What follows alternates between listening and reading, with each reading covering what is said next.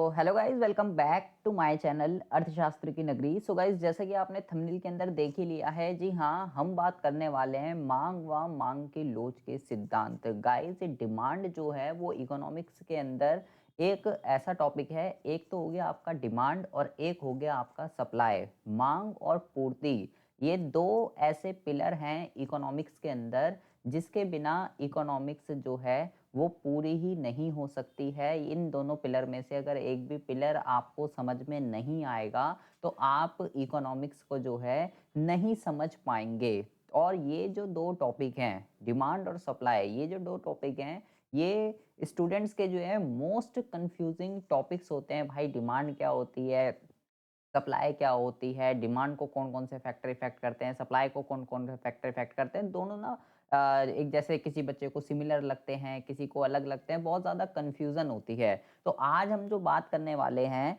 वो बात करने वाले हैं डिमांड, आखिर माँग जो है क्या होती है। मैं आपको गारंटीड दे रहा हूँ कि इस वीडियो के बाद आपको जो है मेरे भाई माँग से रिलेटेड कोई भी कन्फ्यूज़न आपको जो है नहीं होने वाली है। कंप्लीट आपको मांग का जो है भाई माँ से लेके गा तक और डी से लेके डी तक, ठीक है? कंप्लीट आपको जो है ऐसा घोल के मैं मांग को पिलाने वाला हूँ कि इसके बाद आप ये जो है ये समझ लीजिए मरते दम तक आप जो है भाई डिमांड को जो है याद रखेंगे। तो बिना बकवास किए मुद्दे को शुरू करते हैं। मुद्दे के अंदर हम जो पढ़ने वाले हैं, पहले हम पढ़ेंगे कि भाई डिमांड क्या होती है, ठीक है? डिमांड माँग तालिका क्या होती है, माँग वक्र क्या होता है, माँग को कौन-कौन से कारक जो है प्रभावित करते हैं, माँग फलन क्या होता है, ठीक है? और ये कैसे काम करते हैं, माँग में परिवर्तन, माँग की मात्रा में परिवर्तन, संचालन, विकास, वृद्धि, कमी, संकुचन, इलास्टिसिटी ऑफ डिमांड, माँग की लोच, इसकी श्रेणियाँ, इसकी कीमत लोच, इसकी श्रेणियाँ, सारी की सारी चीज़ें आपको जो है मेरे भाई आज मैं डिटेल में जो है पढ़ाने वाला हूँ। तो वीडियो को जो है अगर आप फ्री हैं, तो मेरे भाई तभी जो है इस वीडियो को देखिएगा, अदरवाइज़ आपको जो है कुछ भी समझ में नहीं आने वाला है, ठीक है? तो फ्री हैं तभी देखिएगा, नहीं है तो बाद में देख लीजिएगा, कोई ऐसा इश्यू जो है नहीं है, ठीक है? बहुत ही ज़्यादा ध्यान से एक-एक चीज़ आपको जो है समझनी है और सुननी है। ठीक है जी? तो सबसे पहले हम बात करने वाले हैं कि माँग जो है वो आखिर क्या होती है? चलिए जी, देखिए क्या कहता है माँग के बारे में? कहता है अर्थशास्त्र में जो माँग शब्द का जो प्रयोग है वो विशेष अर्थों में जो है किया जाता है। क्या कहता है? चलिए सबसे पहले कहता है कि सामान्यतः इच्छा को, आवश्यकता को और माँग को, इन शब्दों का प्रयोग एक ही अर्थ में किया जाता है, लेकिन अर्थशास्त्र में जो है इन तीनों शब्दों का अर्थ जो है वो अलग-अलग होता है। 3 वर्ड बोले हैं भाई इसने। पहला बोला है इच्छा, दूसरा इसने बोला है आवश्यकता और तीसरा इसने बोला है माँग। कह रहा है वैसे तो हम तीनों चीज़ों को एक ही समझते हैं, लेकिन अगर हम डीपली घुस के अगर हम माँग को पढ़ने जाएँ तो इकोनॉमिक्स के अंदर भाई इन तीनों शब्दों का जो मतलब होता है वो अलग-अलग होता है। जैसे कि सबसे पहले बात करता है इच्छा। इच्छा जो है किस चीज़ को कहते हैं? तो कहता है इच्छा जो है वो एक अभिलाषापूर्ण विचार है। अब ये क्या वर्ड है जी? अभिलाषापूर्ण। अभिलाषापूर्ण जो है ये क्या होता है? जैसे कि आप ये बहुत अच्छा एक इसने एक एग्ज़ाम्पल भी दिया है। कहता है कि यदि मान लीजिए आपको एक रंगीन टीवी लेने की इच्छा है, परंतु आपके पास जो है भई पैसा ही नहीं है, तो भाई इच्छा या चाहना आर्थिक दृष्टि से केवल इच्छा या अभिलाषापूर्ण विचार ही रह जाएगी, वो के डिमांड नहीं कहलाएगी। अबे भाई खरीदने को तो मैं चाहता हूँ भाई मेरे पास जो है आईफ़ोन हो, अपना पर्सनल जेट हो, मेरे पास जो है फलाना हो, ढिमकाना हो, लेकिन मैं उसको खरीद नहीं सकता ना, क्योंकि मेरे पास जो है रिसोर्स ही नहीं है, तो मैं उसको खरीदूँगा कैसे? तो वो सिर्फ़ मेरी इच्छा है, वो सिर्फ़ मेरी जो है अभिलाषापूर्ण विचार है, वो डिमांड नहीं कहलाएगी। तो इच्छा जो है, पहले तो आपको इसने इच्छा समझाया कि इच्छा जो है क्या होती है। ठीक है जी, चलो। लेकिन अगर मेरी इच्छा भी है और मेरे पास पैसा भी है, तो फिर वो क्या कहलाएगा? और यदि पर्याप्त धन होते हुए भी आप इस रंगीन टीवी पर खर्च करना नहीं चाहते, मेरे पास इच्छा है, मैं एक कलरफुल टीवी खरीदना चाहता हूँ, लेकिन मैं टीवी तो खरीदना चाहता हूँ, लेकिन भाई मेरे पास पैसा नहीं है, तो वो इच्छा है। पैसा होते सराते भी नहीं खरीदना चाहता हूँ, तो ये इच्छा क्या कहलाएगी? ये इच्छा जो है ना, तब आपकी क्या कह रहा है? तब ये इच्छा जो है आपकी केवल और केवल आवश्यकता कहलाएगी। तब जो है ये आपकी डिमांड नहीं कहलाएगी। तब ये क्या है? तब ये मेरे भाई सिर्फ़ आपकी आवश्यकता कहलाएगी। अगर पैसा होते हुए भी आप इस पे खर्च नहीं करना चाहते हैं, तब भी ये डिमांड नहीं कहलाएगी। तो पहले इसने आपको जो है इच्छा समझाया, इच्छा क्या होती है, फिर इसने आपको डिमांड समझाया कि डिमांड क्या होती है। पहले इसने इच्छा समझाया, फिर आवश्यकता समझाया, अभी भी डिमांड इसने नहीं समझाया।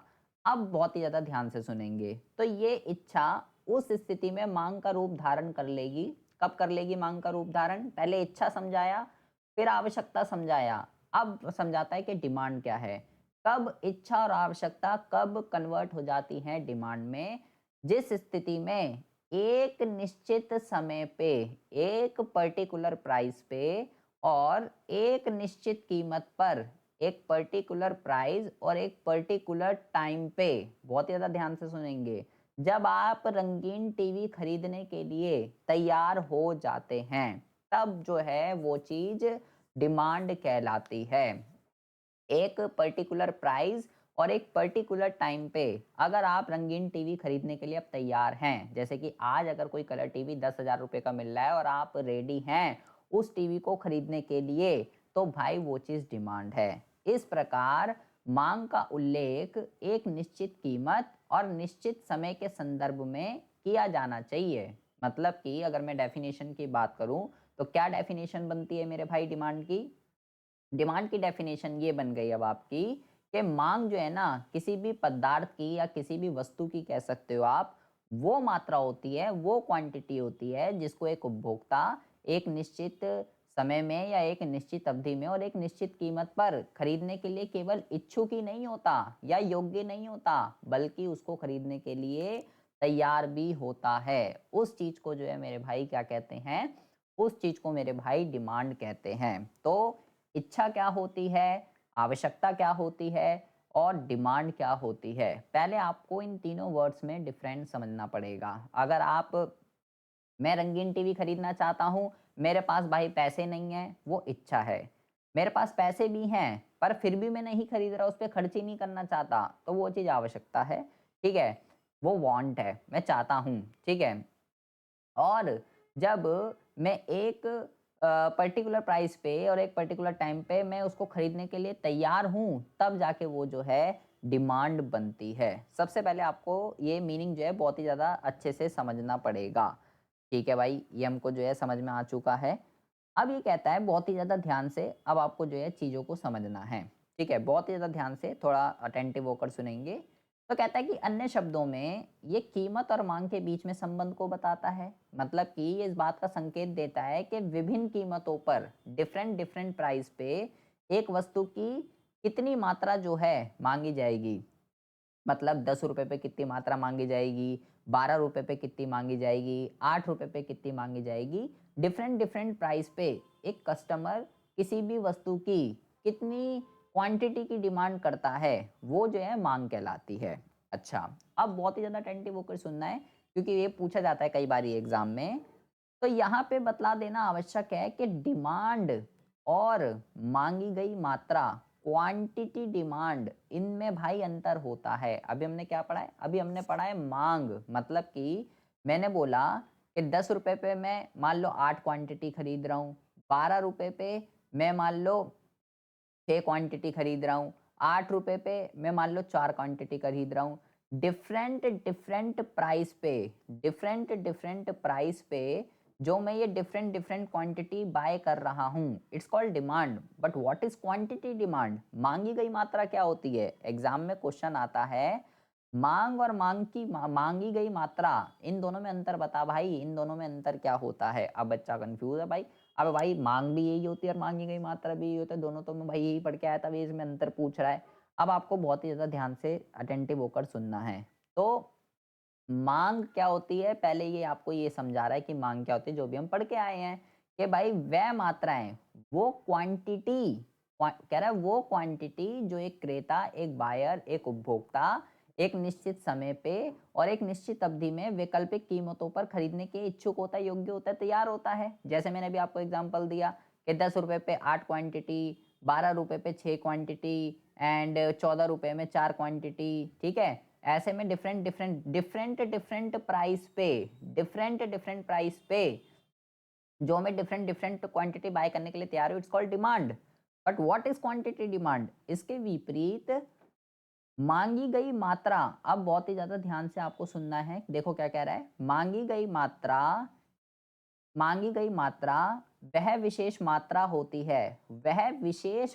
है, वो एक स्पेसिफिक क्वांटिटी होती है जो एक क्रेता एक निश्चित कीमत पर, ये क्या है, दो वर्डों को बहुत ही ज्यादा ध्यान से सुनना है, एक स्पेसिफिक प्राइस पे, और एक स्पेसिफिक प्राइस पे एक उपभोक्ता जो किसी भी वस्तु की एक स्पेसिफिक क्वांटिटी खरीदने के लिए रेडी है, वो खरीदने के लिए तैयार है, वो जो है मेरे भाई क्वांटिटी डिमांड कहलाती है। अब भाई बच्चा कंफ्यूज, ए भाई ये क्या हो रहा है, ये तो कुछ भी समझ में नहीं आ रहा, मांग में भी वही पढ़ाया जा रहा है और मांग की गई मात्रा में भी वही पढ़ाया जा रहा है, ये भाई समझ में नहीं आ रहा। तो कोई बात नहीं, मेरे को बहुत अच्छे से पता है आपको कुछ भी समझ में नहीं आ रहा है। इसने यहाँ पे एक एग्जाम्पल दे रखा है, देखिए उदाहरण के लिए कहता है कि 1 रुपए प्रति आइसक्रीम पे एक उपभोक्ता 4 आइसक्रीम खरीदने की इच्छा तथा योग्यता रखता है, ये मांगी गई मात्रा का उदाहरण है।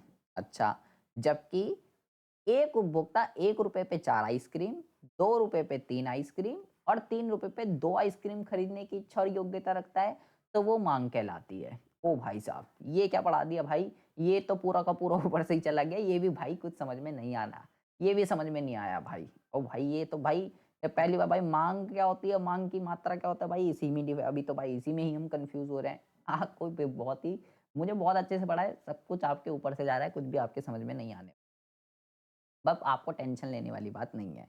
एक एग्जाम्पल जो उसने यहाँ पे लिखा है, उसी एग्जाम्पल को जो उसने एग्जाम्पल वहाँ पे लिखा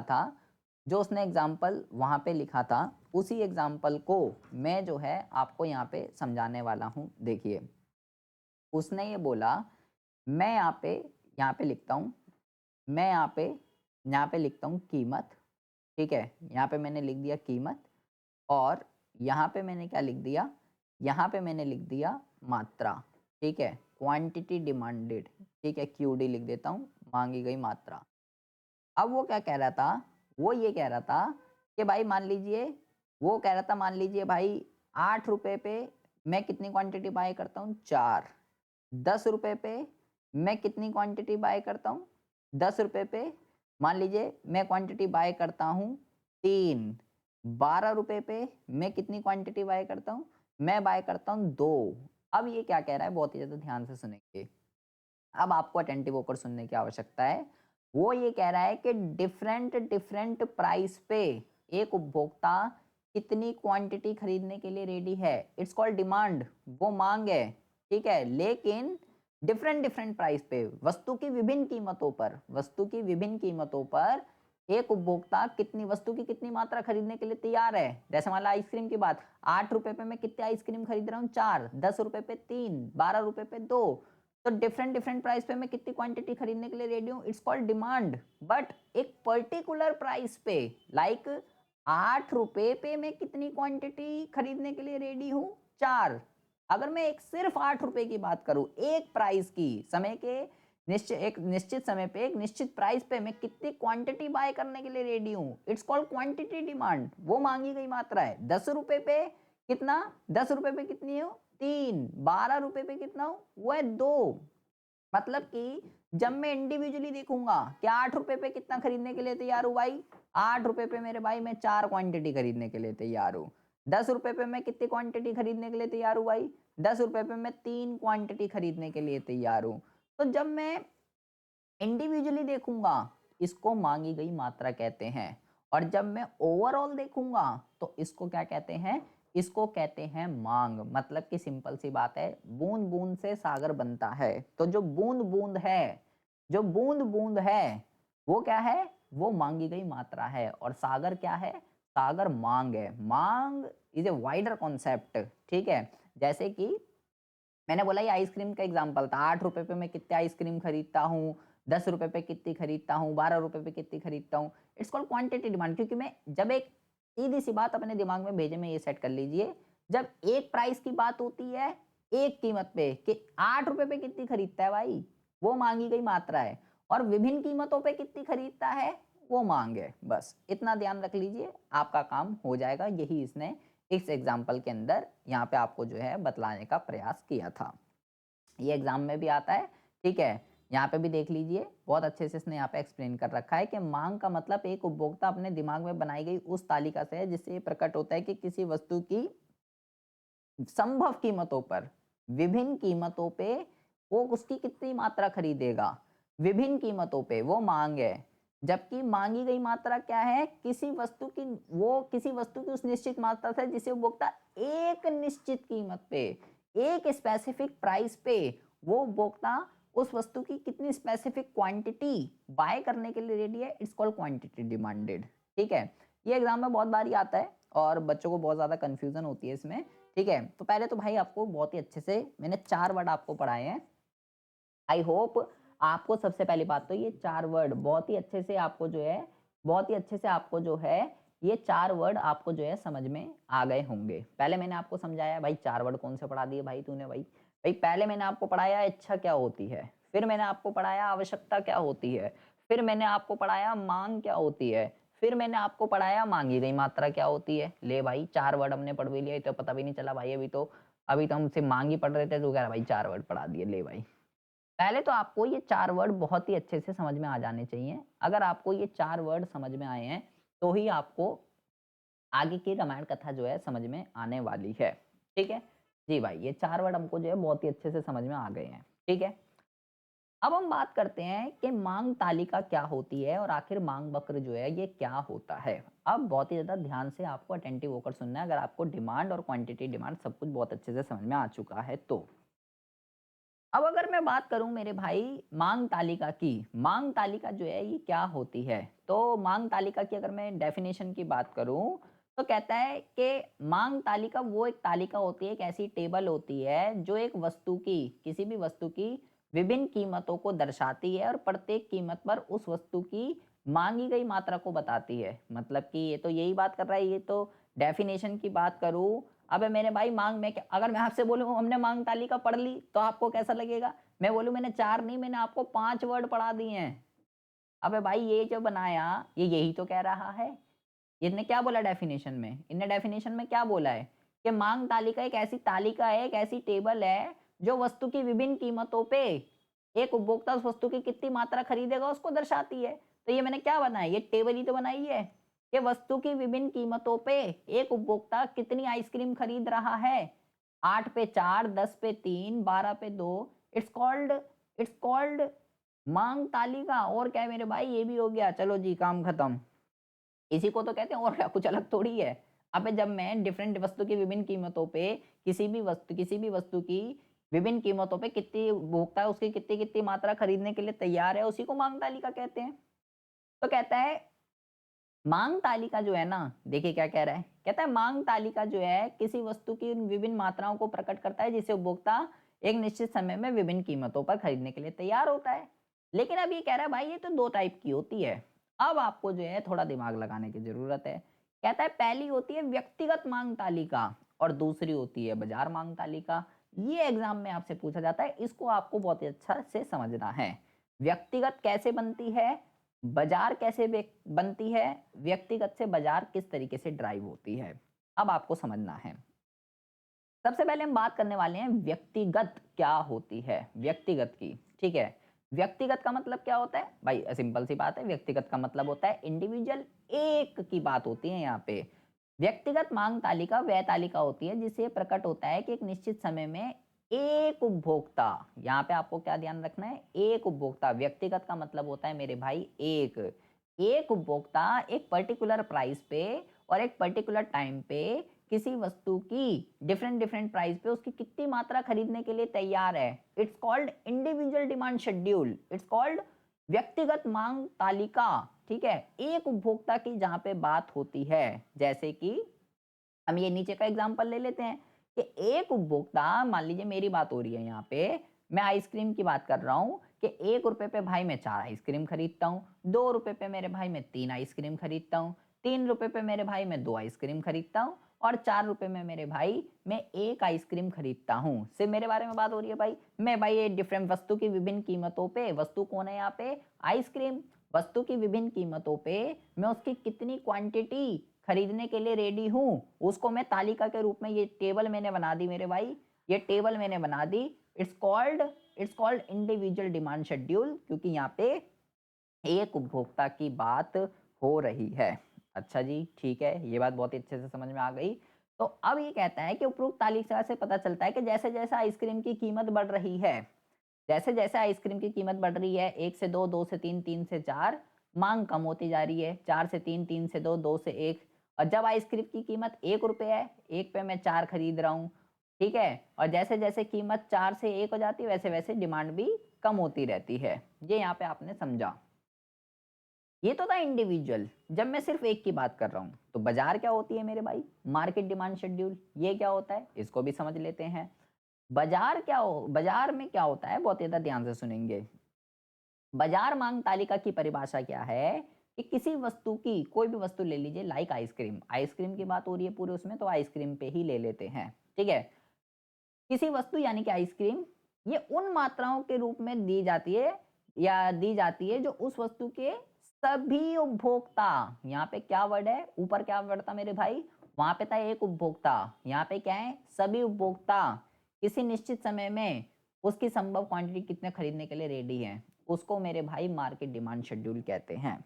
अब ये क्या कह रहा है भाई, ये कुछ समझ में नहीं आ रहा है, ये कुछ अल्ले पल्ले नहीं पड़ रहा है, कोई दिक्कत वाली बात नहीं है। अभी एक एग्जांपल देते हैं, पूरा का पूरा कॉन्सेप्ट आपका जो है क्लियर हो जाएगा। What is market demand schedule, देखिए जी, आइसक्रीम ही है मेरे भाई, लेकिन अब जो है, अब मान लीजिए एक वस्तु है, एक वस्तु है जो है आइसक्रीम, उसने बोला किसी भी वस्तु के उस मार्केट में जितने भी कंज्यूमर हैं, जितने भी जो भी उस वस्तु को खरीदना चाहते हैं, अगर मैं उन सबकी डिमांड को ऐड कर दूं डिफरेंट डिफरेंट प्राइस पे, वो सभी उपभोक्ता उस वस्तु की कितनी क्वांटिटी को खरीदना चाहते हैं, it's called market demand schedule. मतलब कि मान लीजिए वस्तु थी आइसक्रीम, आइसक्रीम 1 रुपए की, 2 रुपए की, 3 रुपए की, 4 रुपए की, ठीक है, और उसके मैंने मान लिया एक वस्तु है आइसक्रीम, सिर्फ 2 ही उपभोक्ता हैं, एक है ए और एक है बी,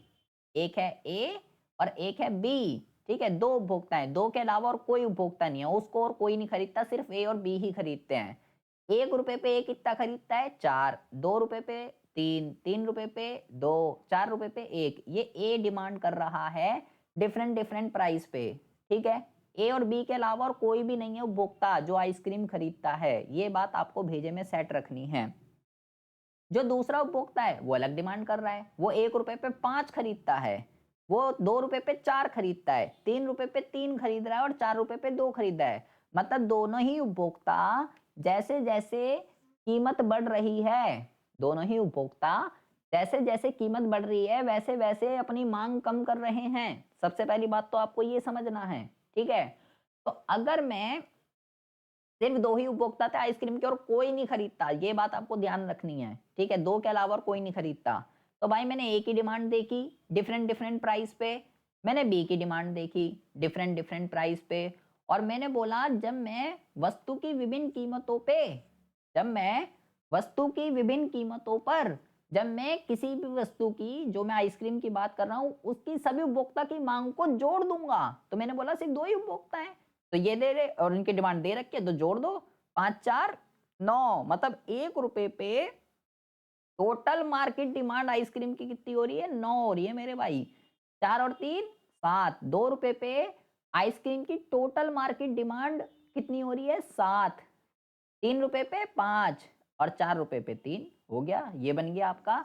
ये जो तालिका है, ये जो तालिका हमने यहाँ बनाई है, it's called market demand schedule. ये क्या है भाई, वस्तु की विभिन्न कीमतों पे, डेफिनेशन ध्यान से सुन लीजिएगा, वस्तु की विभिन्न कीमतों पे, किसी वस्तु यानी कि आइसक्रीम की बात हो रही है यहाँ पे, किसी वस्तु की उसके सभी उपभोक्ता कौन थे, मैंने बोला सिर्फ 2 ही उपभोक्ता हैं और कोई नहीं खरीदता आइसक्रीम, सिर्फ ए और बी ही है, उस वस्तु की डिफरेंट डिफरेंट प्राइस पे उसकी कितनी क्वांटिटी बाय करने वाले हैं या बाय करने के इच्छुक हैं, जो रेडी हैं, it's called market demand schedule.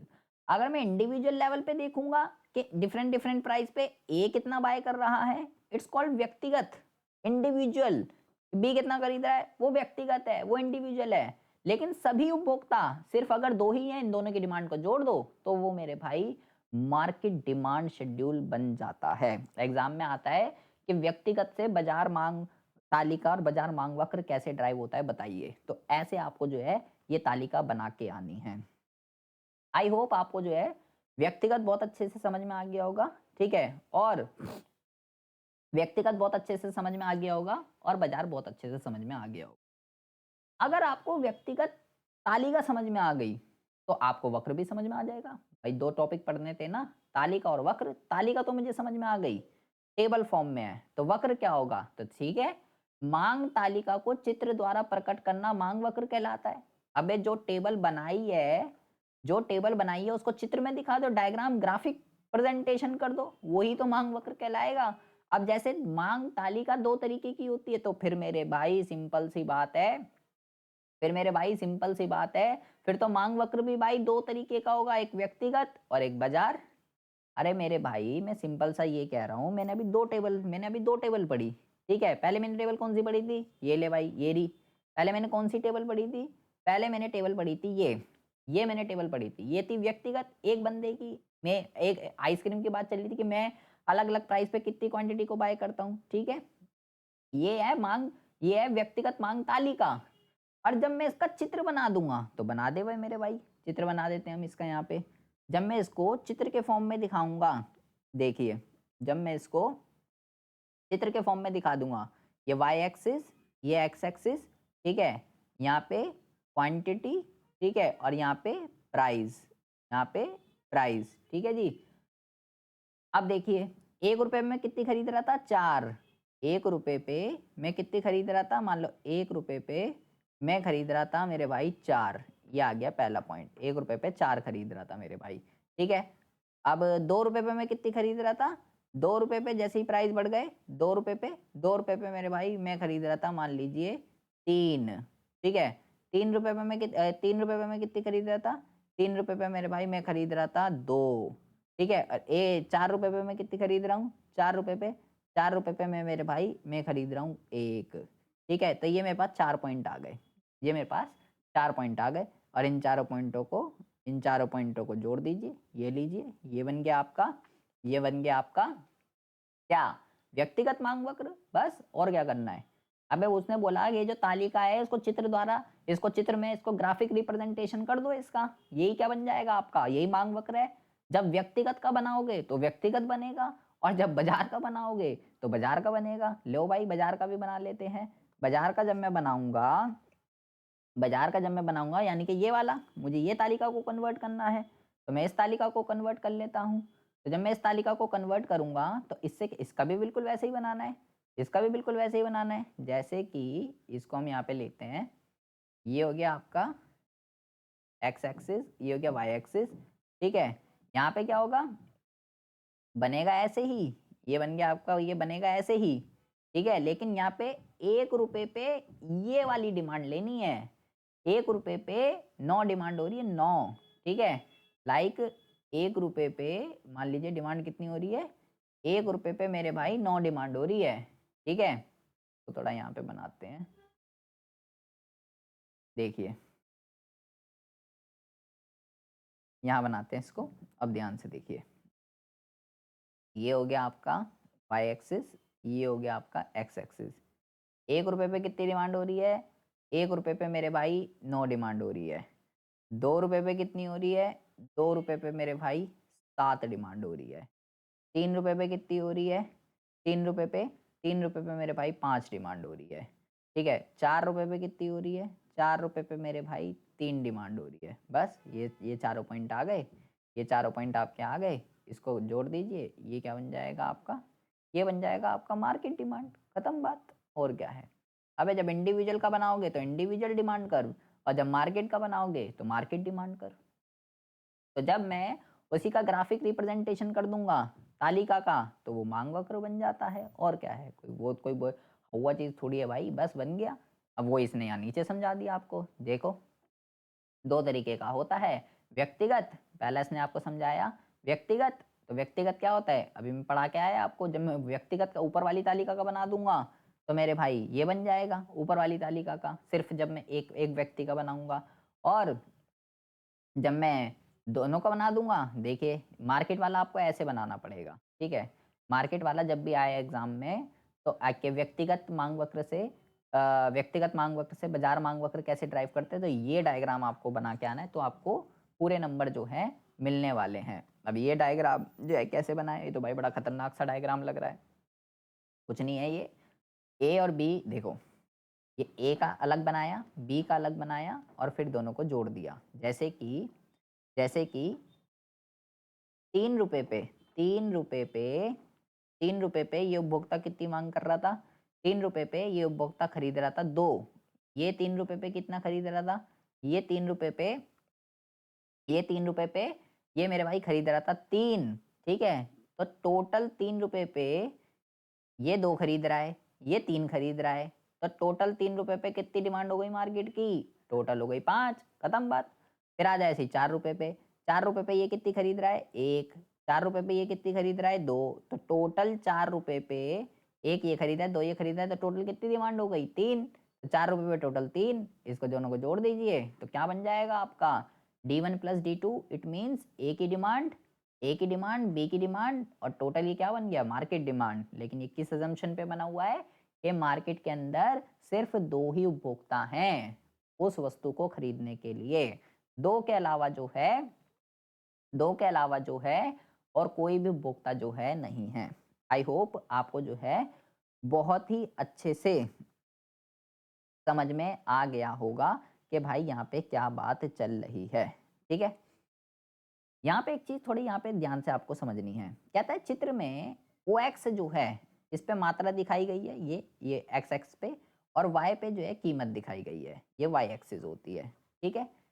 चित्र में ए उपभोक्ता की, इस वाले में ए उपभोक्ता की जो है मांग दिखाई गई है और इस वाले में बी उपभोक्ता की मांग दिखाई गई है, और जो ये है इसमें जो है आपको बाजार मांग जो है प्रकट किया गया है। और कैसे कैसे ये ड्राइव हुआ है, ये जो वही मैंने ऊपर आपको बताया था यही है। ये लाइन आपको यहाँ व्यक्तिगत मांग वक्रों का हॉरिजॉन्टल समीशन से बाजार मांग वक्र बना है, इसलिए इसका ढलान जो है वो क्या है नेगेटिव है, नेगेटिवली स्लोप इसको क्या कहते हैं। ये जो जिस तरीके से ये बना है नेगेटिवली स्लोप्ड है, ये नेगेटिवली स्लोप्ड का मतलब क्या होता है, जैसे जैसे कीमत बढ़ रही है वैसे वैसे डिमांड कम हो रही है, इसलिए ये इस तरीके का बना है नेगेटिव स्लोप, ठीक है। ये बात आपको जो है मेरे भाई ध्यान रखनी है, ठीक है। मांग क्या होती है, मांग तालिका क्या होता है, मांग वक्र क्या होता है, बहुत ही अच्छे से आपको जो है यहाँ पे समझ में आ गया होगा कि ये क्या होता है। अब हम बात करते हैं अब हम बात करते हैं कि जो मांग होती है ना, मांग बहुत ज़्यादा ध्यान से सुनेंगे। मांग को कौन कौन से फैक्टर, दो चीजें आपको यहाँ पे पढ़नी है। यहाँ पे कहता है मांग के निर्धारक तत्व और मांग फलन, दो टॉपिक हमको पढ़ने हैं। पहला है मांग को कौन कौन से फैक्टर इफेक्ट करते हैं, पहला ये टॉपिक है। और दूसरा जो है वो है मांग फलन, तो इस पे तो हम बाद में बात करेंगे, पहले हम इस टॉपिक के बारे में बात करते हैं। मांग के निर्धारक तत्व या मांग को प्रभावित करने वाले कारक भी आप कह सकते हो, कुछ भी कह सकते हो। पहले आप इस टॉपिक का मतलब समझिए। इस टॉपिक का मतलब ये होता है इस टॉपिक का मतलब ये होता है कि वो कौन कौन से फैक्टर हैं, बहुत ज़्यादा ध्यान से। अगर आपको मेरी बात समझ में आ गई ना, अगर आपको मेरी बात समझ में आ गई तो ये टॉपिक आपको बहुत ही आराम से समझ में आ जाएगा, ठीक है। इसका मतलब ये होता है कि वो कौन कौन से फैक्टर हैं, वो कौन कौन सी चीज़ें हैं जिसकी वजह से मांग या तो बढ़ेगी, मांग या तो घटेगी। वो सारे फैक्टर्स वो सारे फैक्टर्स वो सारे कारक आपको यहाँ पे बताने हैं जिसकी वजह से मांग बढ़ती है और जिसकी वजह से मांग घटती है। मांग किन किन कारणों की वजह से, किन किन फैक्टर्स की वजह से बढ़ती है और घटती है, ये यहाँ पे आपको बताना है। तो कहता है यहाँ हम व्यक्तिगत मांग फलन और बाजार मांग फलन में अंतर करते हैं। अब यहाँ पे आ गया पहली बात, तो ये पहले आपको क्या समझा रहा है, ये पहले आपको समझा रहा है फलन, ठीक है। सबसे पहले क्या समझा रहा है, सबसे पहले ये आपको फलन समझा रहा है, फलन, ठीक है। ये वाला पॉइंट ये बाद में समझाएगा, ये पहले आपको फलन समझा रहा है कि फलन क्या होता है, मांग फलन। तो और मांग जैसे दो तरीके की भाई उसने बताया, भाई व्यक्तिगत मांग, बाजार मांग। तो जैसे मांग वक्र भी हमने दो दो पढ़े, तो इससे मांग फलन भी दो होते हैं। पहला होता है व्यक्तिगत मांग फलन, दूसरा होता है बाजार मांग फलन। ठीक है, लेकिन ये मांग फलन होता क्या है, पहले तो हम ये बात करते हैं। व्यक्तिगत मांग फलन का मतलब क्या होगा, देखो व्यक्तिगत जो आपको ध्यान रखना है, यहाँ पे सिर्फ एक उपभोक्ता की बात चल रही होती है, व्यक्तिगत में एक की बात चल रही होती है, और बाजार में उस वस्तु को खरीदने के जितने भी बायर्स होते हैं उन सब की बात चल रही होती है। तो व्यक्तिगत मांग फलन का मतलब क्या होता है, किसी वस्तु के लिए किसी व्यक्तिगत क्रेता द्वारा, मतलब एक उपभोक्ता द्वारा, तथा उसके निर्धारक तत्वों के बीच कार्यात्मक संबंध का अध्ययन करता है। अब भाई ये बड़ा इसने खतरनाक वर्ड यहाँ पे लिखा है, क्रियात्मक संबंध। जबकि बाजार मांग फलन किसी वस्तु के लिए बाजार मांग तथा उसके उसके विभिन्न निर्धारक तत्वों के बीच क्रियात्मक संबंधों को जो है अध्ययन करता है। अब ये अगर मुझे ये वर्ड समझ में आ जाए, क्रियात्मक संबंध, क्योंकि दोनों जगह पे इसने यही वर्ड यूज करा है, ऊपर व्यक्तिगत में भी इसने क्रियात्मक संबंध को यूज किया है, और व्यक्तिगत में भी इसने क्रियात्मक संबंध को यूज किया है, और भाई बाजार में भी इसने इसी को ही यूज किया है। तो अगर मुझे ये वर्ड आ जाए समझ में तो मेरा काम हो जाएगा। तो पहले इसी को समझते हैं ये क्या होता है। तो पहले व्यक्तिगत मांग फलन के बारे में क्या कहता है, देखिए व्यक्तिगत के बारे में क्या कहता है, कहता है व्यक्तिगत को जो है ना, व्यक्तिगत को जो है इस तरीके से लिखा जाता है, बहुत ज़्यादा ध्यान से सुनेंगे। कहता है व्यक्तिगत को जो है इस प्रकार से व्यक्त किया जाता है, जैसे कि ये एक इसने यहाँ पे एक इक्वेशन लिख दी है, ये इसने यहाँ पे एक इक्वेशन लिख दी है, Q X is equal to F P X P R Y W T E. ओ भाई साहब, ओ भाई बच्चे कहेंगे भाई ये क्या बम लिख दिया भाई, अब तो भाई मेरे कुछ समझ में नहीं आने वाला। अब बस यहीं से वीडियो को पॉज कर दीजिए, बंद कर दीजिए, अब भाई अल्ले पल्ले कुछ नहीं पढ़ने वाला, ये आधे बच्चे तो यही करने वाले हैं। अभी तक समझ में आ रहा था, अब ये जो नया लिख दिया ना, ये भाई मेरे बस की ही नहीं है, ये समझना तो भाई मेरे बस की नहीं है। लेकिन आप यकीन मानिए ये हलवा चीज़ है, ये हलवा चीज़ है। और भाई बाजार मांग में भी देखेंगे, बाजार मांग में किसने लिखा, बाजार मांग को किस तरीके से लिखा जाता है, ले भाई ओ दो और ज़्यादा एलिमेंट, यहाँ पे तो 1 2 3 4 5 6, यहाँ तो 6 थे, और यहाँ 1 2 3 4 5 6 7 8 भाई, यहाँ पे और ज़्यादा हैं, यहाँ उससे भी ज़्यादा लिखे हुए हैं। तो भाई ये क्या बवाल आ गया, भाई ये क्या ए बी सी डी लिख दी इनने, A B C D F G H भाई जेड तक लिख दिया भाई, यहाँ पे भी, यहाँ पे भी। मैं कह रहा हूँ ये अलवा चीज़ है। 2 मिनट, सिर्फ 2 मिनट आपको देने हैं, सिर्फ 2 मिनट आपको ये टॉपिक, आप क्या क्या है, ये तो ये लिखा हुआ था, ये मुझे अब समझ में आता है, ये तो ऐसे ही बता क्या कर रहा है। सिर्फ 2 मिनट आपको देना है, 5 मिनट आपको भाई मेरे भाई अटेंटिव होकर सुनना है। ये मांग फलन कोई किसी भी ऐसे कोई खेत की मूली नहीं है जो आपको समझ में, देखिए उसको समझने के लिए पहले आपको मेरे भाई मांग को कौन-कौन से फैक्टर इफ़ेक्ट करते हैं, पहले आपको ये समझना पड़ेगा। अगर आपको ये समझ में आ गया, वो खेत की किसी वो आपको फिर तो आप समझ लीजिए हलवा है। मैंने क्या बोला था? मांग को कौन-कौन से फैक्टर इफ़ेक्ट करते हैं? मांग को कौन-कौन से फैक्टर इफ़ेक्ट करते हैं, इसका मतलब क्या होता है? इस टॉपिक का मतलब क्या है? इस टॉपिक का मतलब ये है, हमें यहाँ वो सारे पॉइंट बताने हैं जिसकी वजह से मांग बढ़ती है और जिसकी वजह से मांग कम होती है। मुझे यहाँ वो सारे के सारे पॉइंट मुझे यहाँ वो सारे के सारे पॉइंट बताने हैं। ठीक है मेरे भाई, बता देते हैं। तो सबसे पहला पॉइंट तो क्या आएगा दिमाग में? वस्तु की अपनी कीमत। अबे अभी तो पहला मैंने बोला यहाँ मेरे को वो सारे पॉइंट बताने हैं जिसकी वजह से माँग बढ़ती है, घटती है। तो सबसे पहला तो कीमत ही होगा ना। कीमत हमने अभी अभी तक क्या देख रहे हैं? कीमत बढ़ रही है तो डिमांड कम हो रही है। कीमत बढ़ रही है तो डिमांड कम हो रही है, कीमत घट रही है तो डिमांड बढ़ रही है। तो सबसे पहला पॉइंट तो यही आएगा, कीमत। तो क्या कहता है? सामान्यतः किसी वस्तु की माँग उसकी कीमत द्वारा निर्धारित होती है, यदि अन्य सभी बातें समान रहती हैं। ये इस लाइन का क्या मतलब होता है? इसके बारे में मैं अभी आपको बताता हूँ। ठीक है? तो क्या होता है कि जब किसी वस्तु की कीमत में परिवर्तन आता है, तो उसकी माँग में भी मेरे भाई परिवर्तन आता है। जैसा कि अभी हमने देखा था पीछे डायग्राम में भी, कि भाई मान लीजिए कि जब ₹2 प्राइस था, तो मैं 5 क्वांटिटी खरीद रहा था। जैसे ही प्राइस मेरे भाई ₹3 हुआ, तो मैं 4 क्वांटिटी खरीद रहा हूँ। ₹2 पे मैं क्या खरीद रहा हूँ? 5। ₹3 पे मैं कितनी खरीद रहा हूँ मेरे भाई? 4। और जैसे ही ₹5 प्राइस हो गया, तो मेरे भाई मैं कितनी क्वांटिटी खरीद रहा हूँ? मैं खरीद रहा हूँ मेरे भाई 3। मतलब जैसे-जैसे प्राइस बढ़े जा रहे हैं वैसे वैसे क्वांटिटी कम होती जा रही है। और जब मैंने इन तीनों को जोड़ दिया था तो मेरा डिमांड बन गया था ना, मांग वक्र। तो इसी चीज, क्या यहाँ पे क्या लिखा हुआ है, inverse relationship between price and quantity demand, it's called law of demand. भाई जैसे जैसे प्राइस, ये क्या इंग्लिश लिख दी भाई, कह रहा है जैसे जैसे कीमत के बीच में और मांगी गई मात्रा के बीच में जो विपरीत संबंध होता है, इसको मांग का नियम कहते हैं। यही मांग का नियम है। कीमत बढ़ने पर मांग घटती है, कीमत घटने पे मांग बढ़ती है। It's called law of demand, it's called मांग का नियम। ये इस पे तो हम आगे बात करने वाले हैं कि ये क्या है। फिलहाल सबसे पहला पॉइंट क्या है, सबसे पहला पॉइंट है वस्तु की कीमत, जिसकी वजह से मांग बढ़ती है घटती है। मैंने सबसे पहला पॉइंट ये बताया। मैंने बोला वो सारे पॉइंट बताने हैं जिसकी वजह से मांग बढ़ रही है घट रही है। तो सबसे पहला पॉइंट क्या है, सबसे पहला पॉइंट है वस्तु की कीमत। क्या ये बात आपको समझ में आ गई? वस्तु की कीमत जो होती है वो मांग को बढ़ाती है और मांग को घटाती है। सबसे पहला पॉइंट तो यही है। अब आते हैं दूसरा पॉइंट। दूसरा पॉइंट क्या है, ये आपको बहुत ही ज़्यादा अटेंटिव होकर सुनना है। सबसे कंफ्यूजिंग पॉइंट है ये बच्चों का, संबंधित वस्तु की कीमत। अब भाई ये कौन सी वस्तु है, संबंधित वस्तु।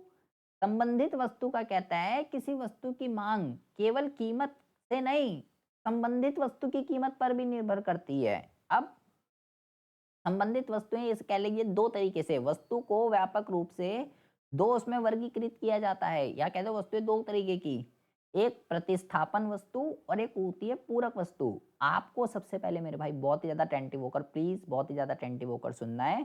संबंधित वस्तुएं कैसे एक वस्तु के प्राइस को इफेक्ट करती हैं। तो पहले हम पढ़ेंगे सब्स्टिट्यूट गुड्स कौन से होते हैं। प्रतिस्थापन, इसको स्थानापन्न भी आप कह सकते हो। ये गुड्स कौन से होते हैं, तो ये कहता है कि प्रतिस्थापन वस्तुएं वह वस्तुएं होती हैं जिनका एक दूसरे के स्थान पे प्रयोग किया जाता है। चाय नहीं मिली तो कॉफी, पेप्सी कोला नहीं मिली तो कोका कोला। वो वस्तुएं हैं जिसका सब्स्टिट्यूट अवेलेबल है, सब्स्टिट्यूट अवेलेबल है। घर वाली नहीं तो बाहर वाली नहीं तो घर वाली, ऐसे भी कह सकते हो आप। ठीक है, तो भाई ऐसी वस्तुएं जिसका सब्स्टिट्यूट होता है, बाबू नहीं तो सोना सही, सोना नहीं तो बाबू सही, इट्स कॉल्ड सब्स्टिट्यूट गुड्स। वो प्रतिस्थापन वस्तुएं हैं। ठीक है, अच्छा जी, ठीक है। लेकिन ये किस तरीके से, ये किस तरीके से इफेक्ट कर रही है, बहुत ही ज्यादा ध्यान से आपको यहाँ पे समझना है। इनने बहुत ही ज्यादा ध्यान से सुनेंगे। यहाँ पे लिया है मेरे भाई प्राइस ऑफ पेप्सी, पेप्सी लिया है यहाँ पे पेप्सी, और यहाँ पे लिया है डिमांड ऑफ कोक, कोक की, कोक और पेप्सी। ठीक है, या चाय और कॉफी भी आप कह सकते हो, कुछ भी कह सकते हो। तो मान लीजिए जब पेप्सी जो है 10 रुपए की थी, जब पेप्सी 10 रुपए की थी, तो मेरे भाई लोग कोका कोला कितनी खरीद रहे थे, मान लीजिए तब लोग कोका कोला खरीदते थे 100 क्वांटिटी। कितनी क्वांटिटी खरीदते थे, 100 क्वांटिटी। और अब कोका कोला, अब जो है पेप्सी, या पेप्सी लिखा हुआ है, ठीक है, अब पेप्सी के प्राइस बढ़ गए। अब पेप्सी के प्राइस 10 से 15 रुपए हो गए मेरे भाई, 10 से 15 रुपए हो गए।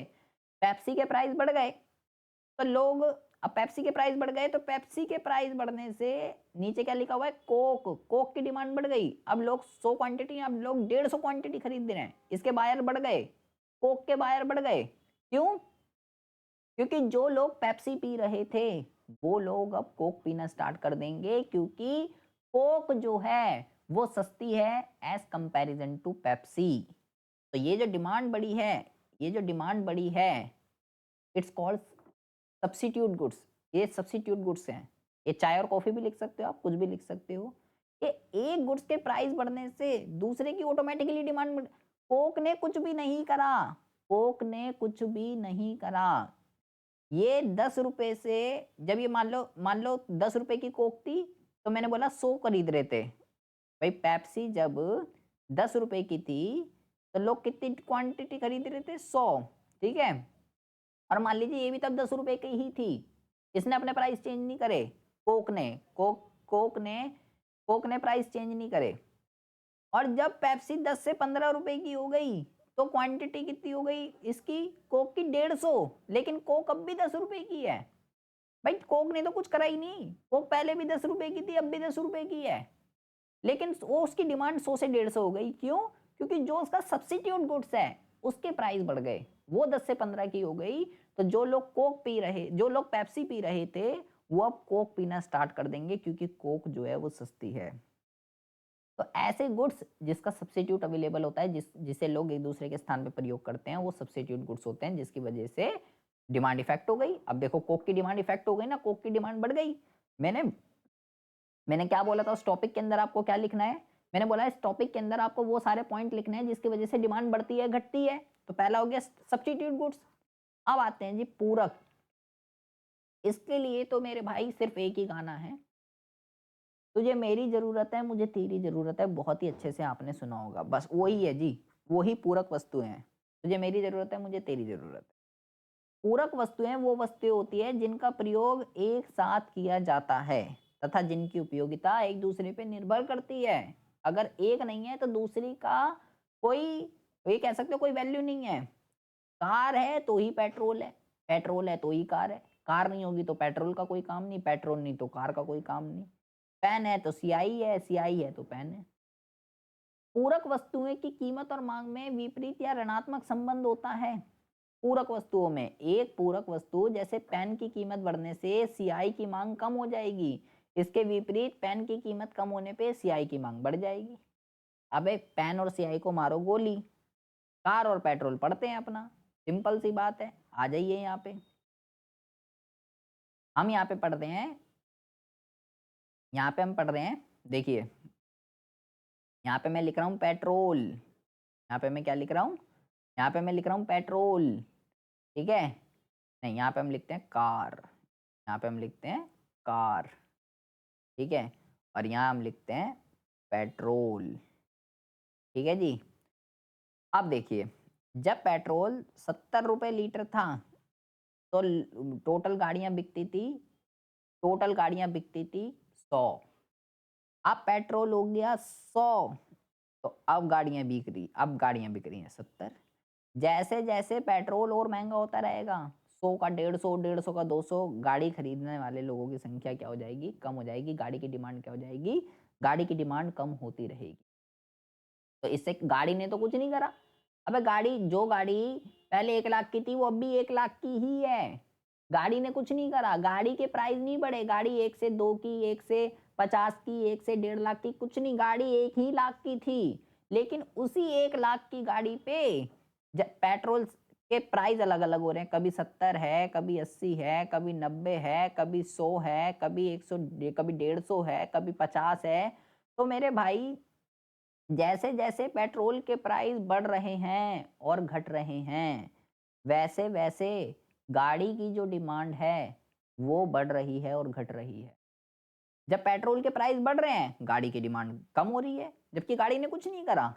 वो उसकी पूरक वस्तु जो है, जो उसके साथ यूज होती है, जिसके बिना गाड़ी कुछ नहीं है, उसके प्राइस बढ़ रहे हैं और घट रहे हैं, जिसकी वजह से गाड़ी की जो डिमांड है वो बढ़ रही है और कम हो रही है। It's called complementary goods. तो मैंने बोला कौन कौन से पॉइंट बताने हैं यहाँ पे, जिसकी वजह से प्राइस बढ़ेंगे और घटेंगे। आ रही है बात समझ में? जी, आ रही है बात समझ में। पहला पॉइंट था वस्तु की कीमत, अपनी खुद की कीमत बढ़ रही है और घट रही है। दूसरा था संबंधित वस्तु, जिसमें या तो वस्तु सब्स्टिट्यूट होगी, जो जिस वस्तु की मैं बात कर रहा हूँ, या वो कॉम्प्लीमेंट्री होगी। अगर उस वस्तु का सब्स्टिट्यूट है तो अगर उसके प्राइस बढ़ते हैं तो लोग उसको उसको भाई उसके सब्स्टिट्यूट के प्राइस बढ़ते हैं। जैसे चाय और कॉफी का एग्जाम्पल दिया मैंने आपको, और कॉम्प्लीमेंट्री में कार और पेट्रोल का दिया। तीसरा आता है उपभोक्ता की आय। उपभोक्ता की आय, आय तो अबे पैसा होगा तो ही तो खरीदोगे, बिना पैसों के थोड़ी ना खरीदोगे। यहाँ तो सीधा सीधा बात है। और आय क्या होती है? औकात। आय ज्यादा, आय ज्यादा तो डिमांड ज्यादा, आय कम तो डिमांड कम। ये तो सिंपल सी बात है। लेकिन आपको यहाँ पे ये बहुत अच्छा पॉइंट है, इसको जरा ध्यान से समझेंगे।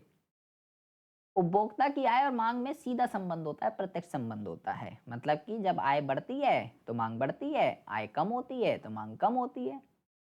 लेकिन वस्तुएं जो हैं, अर्थशास्त्र में ऐसी वस्तुओं को नॉर्मल गुड्स कहा जाता है। मतलब कि सामान्य वस्तु वो वस्तु होती है, जब उपभोक्ता की आय बढ़ती है तो उसकी भी डिमांड बढ़ जाती है, जब उपभोक्ता की आय कम होती है तो उसकी भी डिमांड क्या हो जाती है, कम हो जाती है। ये नॉर्मल गुड्स है, जो नॉर्मल होते हैं। लेकिन गुड्स और भी तरीके के होते हैं। लेकिन कुछ ऐसी भी वस्तुएं होती हैं जिसको निम्न कोटि की वस्तुएं कहा जाता है। ठीक है, क्या कहा जाता है? निम्न कोटि, इंफीरियर गुड्स कहा जाता है। अब इंफीरियर गुड्स कौन से होते हैं? ये वो वस्तुएं होती हैं जिसकी मांग ये आय बढ़ने पर क्या हो जाती है? जिसकी मांग उपभोक्ता की आय बढ़ने पर क्या हो जाती है? घट जाती है। अंततः एक ही वस्तु की मांग उपभोक्ता की आय के बीच में संबंध की व्याख्या 3 वर्गों में की जा सकती है। मतलब मैं ये नहीं कह सकता कि ये रूल सभी में एप्लीकेबल होगा। कौन सा? कि आय बढ़ेगी तो डिमांड बढ़ेगी, आय घटेगी तो डिमांड घटेगी, ये हर वस्तु पे एप्लीकेबल नहीं होगा। डिपेंड करता है कि वस्तु क्या है। और वस्तु 3 तरीके की होती है, ठीक है? वस्तु 3 तरीके की होती है, नॉर्मल गुड्स, इंफीरियर गुड्स और नेसेसरी गुड्स, ठीक है? और भी होती है गिफिन गुड्स, कई तरीके की होती हैं गुड्स, तो अलग-अलग डिपेंड करता है मैं किस वस्तु की बात कर रहा हूँ। तो पहले मैं बात करता हूँ नॉर्मल की। नॉर्मल में तो कुछ नहीं है मेरे भाई, नॉर्मल में कुछ नहीं है। अब की बार यहाँ पे आपको आय लेनी है, प्राइस नहीं लेना अब आपको। आय लेनी है, आय, और यहाँ माँग। तो मैंने बोला जब मेरी इनकम 10,000 थी, तो मैं भाई इतनी क्वांटिटी खरीद रहा था। जब मेरी इनकम 20,000 है, तो मैं मेरे भाई इतनी क्वांटिटी खरीद रहा हूँ। तो ये बन गया मेरा डिमांड कर्व। आय ली है अब की बार मैंने, यहाँ कीमत नहीं ली है, ये ध्यान रखना। कहीं आप सोचो साला कीमत बढ़ रही है फिर भी डिमांड बढ़ रही है। कीमत नहीं ली है, आय ली है यहाँ पे मैंने, ठीक है?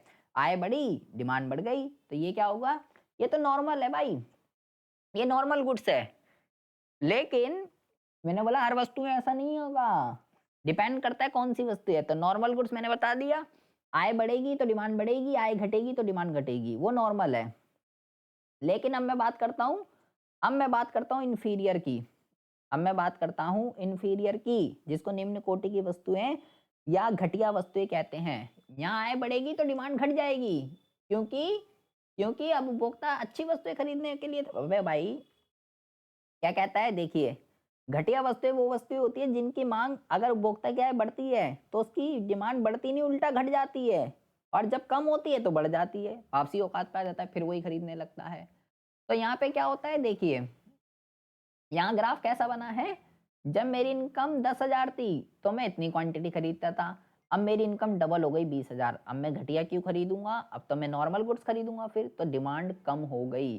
तो इसका जो कर्व है, देखेंगे आप, इसका जो कर्व है वो किस तरीके से बना है? इसका जो कर्व है वो थोड़ा इस तरीके से बना है, बैकवर्ड बेंडिंग। कि आय बढ़ने पे ये वाला जो गुड्स है, ये वाला जो गुड्स है, आय बढ़ने पे मेरी डिमांड क्या हो रही है? आय बढ़ने पे मेरी जो डिमांड है वो मेरे भाई कम हो रही है, ठीक है? ये बहुत इंपॉर्टेंट है, इसको बहुत ज़्यादा ध्यान से आपको समझना है, ठीक है? फिर आता है फिर आता है necessity of life and inexpensive goods. मतलब कि बहुत ज़्यादा ध्यान से सुनेंगे। उपभोक्ता की आय, आवश्यक और सस्ती वस्तु के बीच के संबंध का अध्ययन आवश्यक है। आवश्यक तथा सस्ती वस्तु जैसे कि जिसके बिना गुजारा नहीं है, वो तो ज़रूरी है। अबे नमक, माचिस, दालें, आलू, जो हमारी डेली लाइफ की चीज़ें भाई, जिसके बिना हम नहीं रह सकते, जो हमें खरीदनी है। जो आय की एक सीमा के बाद होने वाली वृद्धि का कोई प्रभाव नहीं पड़ता, माँग जो है स्थिर रहती है। आरंभ में जब आय बहुत कम होती है तो आय के बढ़ने पर माँग बढ़ जाती है, परंतु एक सीमा के पश्चात आय के बढ़ने पे माँग पे कोई भी प्रभाव नहीं पड़ता है। क्या कह रहा है ये? देखिए, ये क्या कह रहा है कि यहाँ पे आय ली इसने, यहाँ पे माँग ली। कह रहा है स्टार्टिंग में जब मेरी आय बहुत ज़्यादा कम थी, जब मेरी आय बहुत ज़्यादा कम थी, मान लीजिए मैं दूध का एग्ज़ाम्पल लेता हूँ। भाई मेरी आय कम थी पहले, तो मैं मान लीजिए जितना दूध मुझे यूज़ करना, मैं जैसे-तैसे करके, मान लो मेरी फैमिली के लिए टोटल 2 लीटर दूध की आवश्यकता है, लेकिन मेरी इनकम कम है तो मैं 2 लीटर नहीं खरीद पा रहा। मैं जैसे-तैसे भाई 1 लीटर में ही गुज़ारा चला लेता हूँ। 1 लीटर में गुज़ारा चला लेता हूँ। लेकिन अब मेरी इनकम बढ़ गई। तो अब मैं 2 लीटर खरीद रहा हूँ दूध, और 2 लीटर की ही मेरे को आवश्यकता है। अब मेरी इनकम और बढ़ गई। अब मेरी इनकम और बढ़ गई, तो इट डज़ नॉट मीन कि मैं 3 लीटर खरीदूँगा। क्यों खरीदूँगा मैं 3 लीटर? अबे मेरे को तो 2 ही लीटर की आवश्यकता है। तो ये कह रहा है कि मैं चाहे अब मेरी इनकम जितनी भी बढ़ जाए, 10 की 20, 20 की 30, 30 की 40, मेरी इनकम जितनी भी बढ़ जाए, अब अब मेरी डिमांड जो है वो चेंज नहीं होने वाली है। मेरे को 2 लीटर की आवश्यकता है, मैं 2 ही लीटर खरीदूँगा क्योंकि ये नेसेसरी गुड्स हैं। ये नेसेसरी गुड्स हैं, ठीक है? इनके बिना गुज़ारा नहीं है, चाहे मेरी आय बढ़े या कम हो। तो ये कौन-सी गुड्स होते हैं? ये होते हैं आवश्यक गुड्स, ठीक है? मेरे भाई इसके अलावा ये मैंने 3 उसमें अलग-अलग आपको बताया है। ये मैंने 3 उसमें आपको अलग-अलग बताया है, 3 वस्तुओं के उसमें, ठीक है? लेकिन यहाँ पे मैं आपका ध्यान थोड़ा आकर्षित करना चाहूँगा, आगे के लिए आपका काम आएगा, ठीक है? एक होते हैं नॉर्मल, एक इसने बताया इंफीरियर, एक इसने बताया नेसेसरी और एक गुड्स यहाँ पे और होता है जिसको गिफिन गुड्स कहते हैं। क्या कहते हैं? जिसको गिफिन गुड्स जो हैं, गिफिन वस्तुएँ ये कहते हैं, ठीक है? ये क्या होता है इसके बारे में हम डिटेल में चर्चा करेंगे, ठीक है? बाद में। फिलहाल अभी ये आपको ध्यान रखना है, ये भी एक वस्तु होती है और ये डिफरेंट होती है इंफीरियर से, ठीक है? इंफीरियर गुड्स और गिफिन गुड्स, ठीक है? ये डिफरेंट होती है, तो ये आपको ध्यान रखना है, अभी आगे आएगा तो मैं बताऊँगा आपको। फिलहाल इसने यहाँ पे इसके बारे में कोई भी चर्चा नहीं करी है, ठीक है? देखते हैं आगे। इफ़ेक्ट वैसा ही पड़ेगा इन्फीरियर जैसा ही, लेकिन आगे जब आप थोड़ा हम ज़्यादा पढ़ेंगे, जब हम थोड़ा ज़्यादा पढ़ेंगे, लेकिन आपको ध्यान रखना है बस ये अलग होती है घटिया से, ठीक है? वो कैसे होती है, क्या होती है वो मैं बता दूँगा। 4th पॉइंट जो कि किसी भी वस्तु की माँग को इफ़ेक्ट करता है, वो है रुचि और प्राथमिकताएँ। किसी भी वस्तु या सेवा की माँग जो है वो व्यक्ति की रुचि और प्राथमिकताओं पर निर्भर करती है। इन शब्दों का प्रयोग काफ़ी विस्तृत अर्थों में किया जाता है। मतलब कि इसके अंतर्गत फैशन, आदत, रीति-रिवाज आदि को जो है शामिल किया जाता है। मतलब कि उपभोक्ता की रुचि और प्राथमिकता पर विज्ञापन, फैशन, मौसम आदि इन सब का प्रभाव पड़ता है। मतलब कि उपभोक्ता की जिन वस्तुओं के लिए रुचि और प्राथमिकता बढ़ जाती है कि भई मुझे यही खरीदना है, उसकी डिमांड बढ़ जाती है और जहाँ उनकी प्राथमिकता और रुचि बदल जाती है, अबे चल यार ये तो इसका तो फैशन चला गया, अब कौन खरीदेगा इसको? उसकी माँग कम हो जाती है। मतलब जहाँ पे प्राथमिकता बढ़ रही है जिस वस्तु के लिए, उसकी डिमांड बढ़ जाएगी और जहाँ प्राथमिकता घट रही है, उसकी डिमांड कम हो जाती है। तो ये भी एक फैक्टर है जो कि क्या कर रहा है, ये भी एक फैक्टर है जो कि डिमांड को इफ़ेक्ट करता है किसी भी वस्तु की, ठीक है? अगला पॉइंट क्या है? अगला पॉइंट है आपका एक्सपेक्टेशंस। एक्सपेक्टेशंस क्या होती हैं जी? देखिए, एक्सपेक्टेशंस क्या होती हैं? वस्तु की कीमतों वस्तु की कीमतों, वस्तु की उपलब्धता और आय आदि में भविष्य में होने वाले परिवर्तनों से संबंधित उपभोक्ता की संभावनाएँ माँग का अन्य कारक है। मतलब कि किसी वस्तु का फ्यूचर में क्या होने वाला है, भविष्य में क्या होने वाला है। यदि उपभोक्ता को यह संभावना है कि भविष्य में कीमत बढ़ जाएगी, तो वो वर्तमान में उस वस्तु की अधिक मात्रा खरीदेगा। प्याज़ जो है मैं सोच रहा था अरे भाई अब बारिशें हो रही है, भाई प्याज़ जो है मेरे को लग रहा है ₹150 किलो जाएगी, अभी 5 किलो खरीद के ले आता हूँ।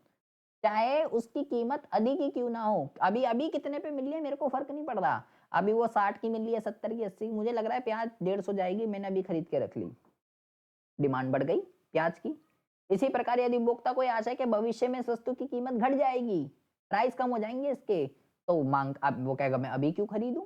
मैं बाद में ही खरीदूँगा। मैं कह रहा हूँ अभी सोना 80,000 है, पर मुझे लग रहा है फ्यूचर में आने वाले 2-3 सालों में 50,000 हो जाएगा। तो मैं अभी क्यों खरीदूँ? मैं बाद में ही खरीदूँगा ना, तो डिमांड कम हो गई।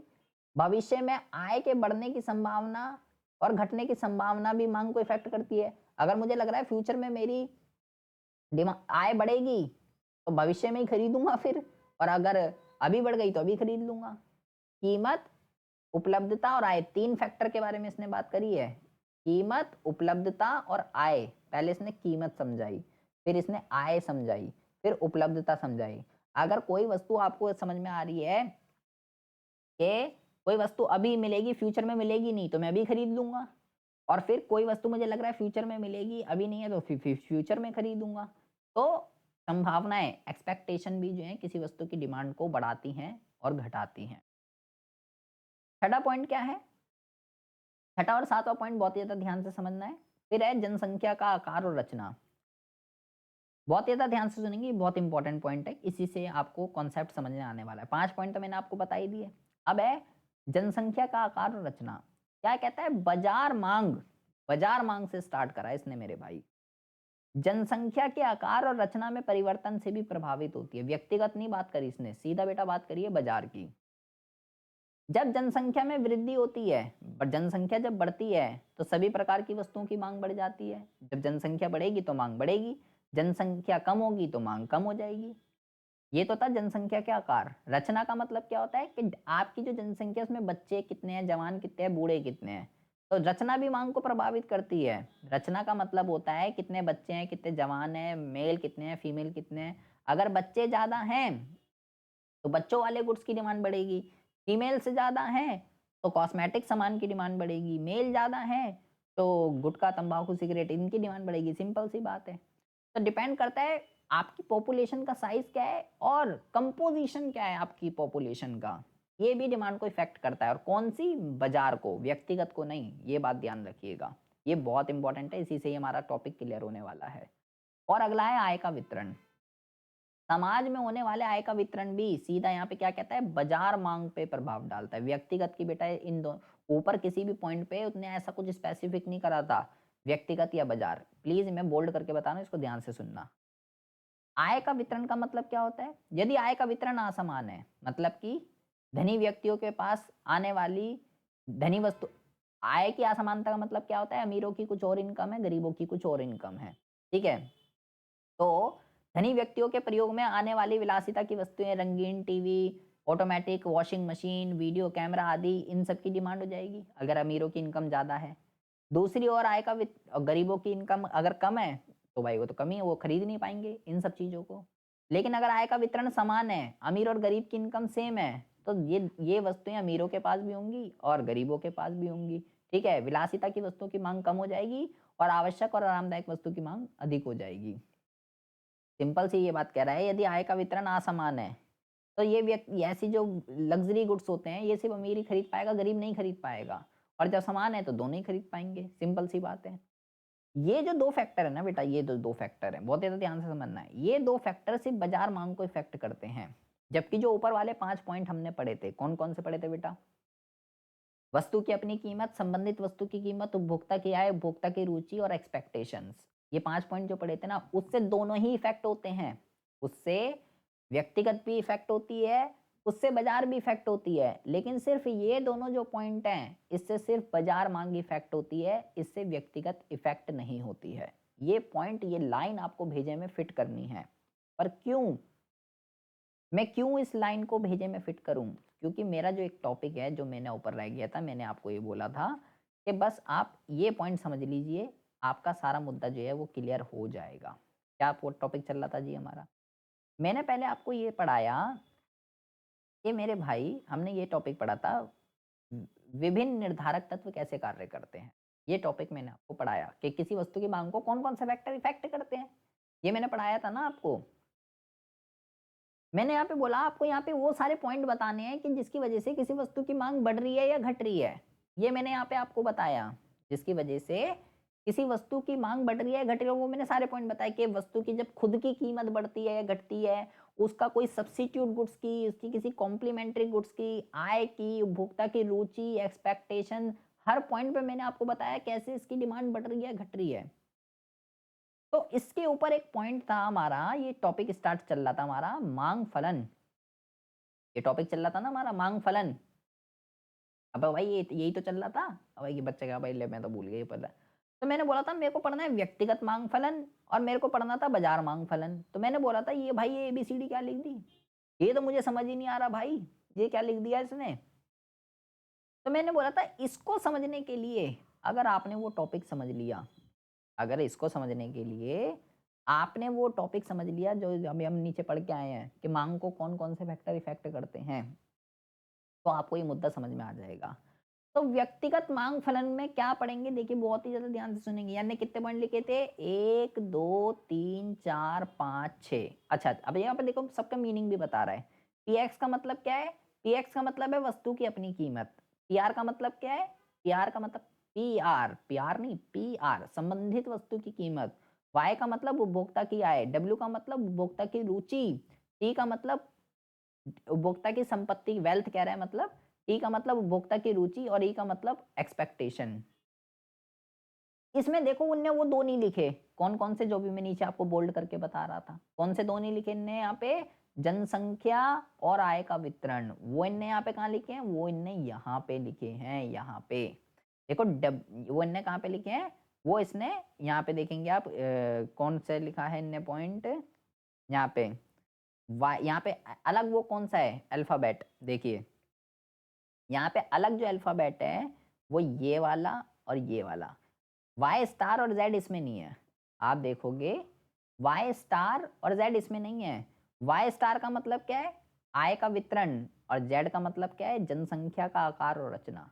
क्योंकि मैंने बोला था कि जो हमने टोटल 7 से 8 पॉइंट पढ़े, जो मांग को इफेक्ट करते हैं, तो अगर मैं सिर्फ आय का वितरण और जनसंख्या को छोड़ दूं, सिर्फ उन फैक्टरों के बारे में बात करूं और उसको एक समीकरण में रख दूं, तो वो व्यक्तिगत मांग फलन कहलाता है। व्यक्तिगत मांग फलन। इसका मतलब क्या है? किसी वस्तु की जो मांग है, किसी वस्तु की जो मांग है, अगर वो वस्तु की अपनी कीमत, संबंधित वस्तु की कीमत, उपभोक्ता की आय, उपभोक्ता की रुचि और एक्सपेक्टेशन, अगर इन कारकों से इफेक्ट हो रही है, और एफ का मतलब क्या है? फंक्शनल रिलेशनशिप है। मतलब फंक्शनल रिलेशनशिप का मतलब क्या होता है बेटा? कि इस वस्तु की जो डिमांड है ना, इस वस्तु की जो डिमांड है, वो इन सब कारकों से इफेक्ट हो रही है। फंक्शनल रिलेशनशिप है। मतलब जब इसमें चेंज होएगा, तो इसमें भी चेंज होएगा। इट्स कॉल्ड व्यक्तिगत मांग फलन। ठीक है? या सॉरी फंक्शन। अब आती है बाजार क्या है? जब मैं 2 और ऐड कर दूं, वाई स्टार और जेड, वो क्या है? वो बाजार मांग फलन है, बाजार मांग फलन।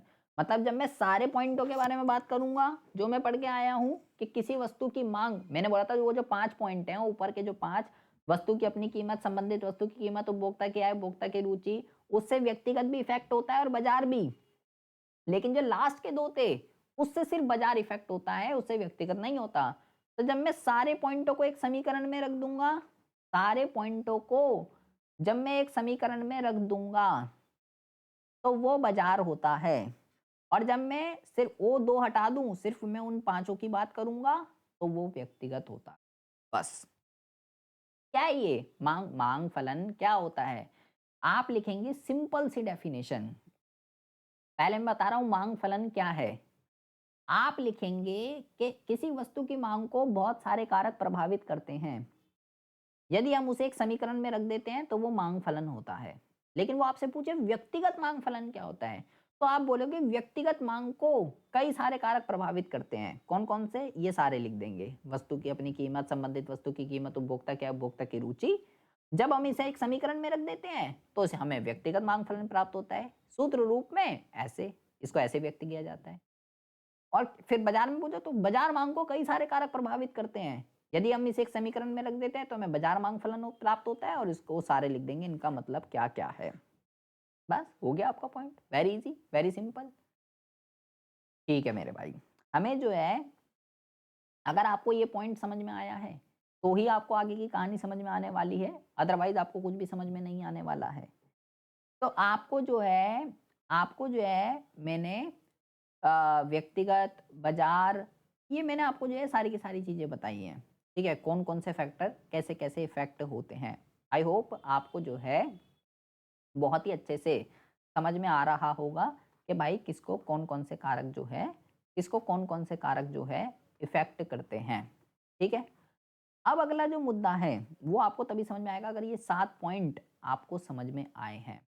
अगर आपको ये 7 पॉइंट समझ में आए हैं, तो ही आपको अगला मुद्दा जो है समझ में आने वाला है। अदरवाइज़ आपको कुछ भी समझ में नहीं आएगा।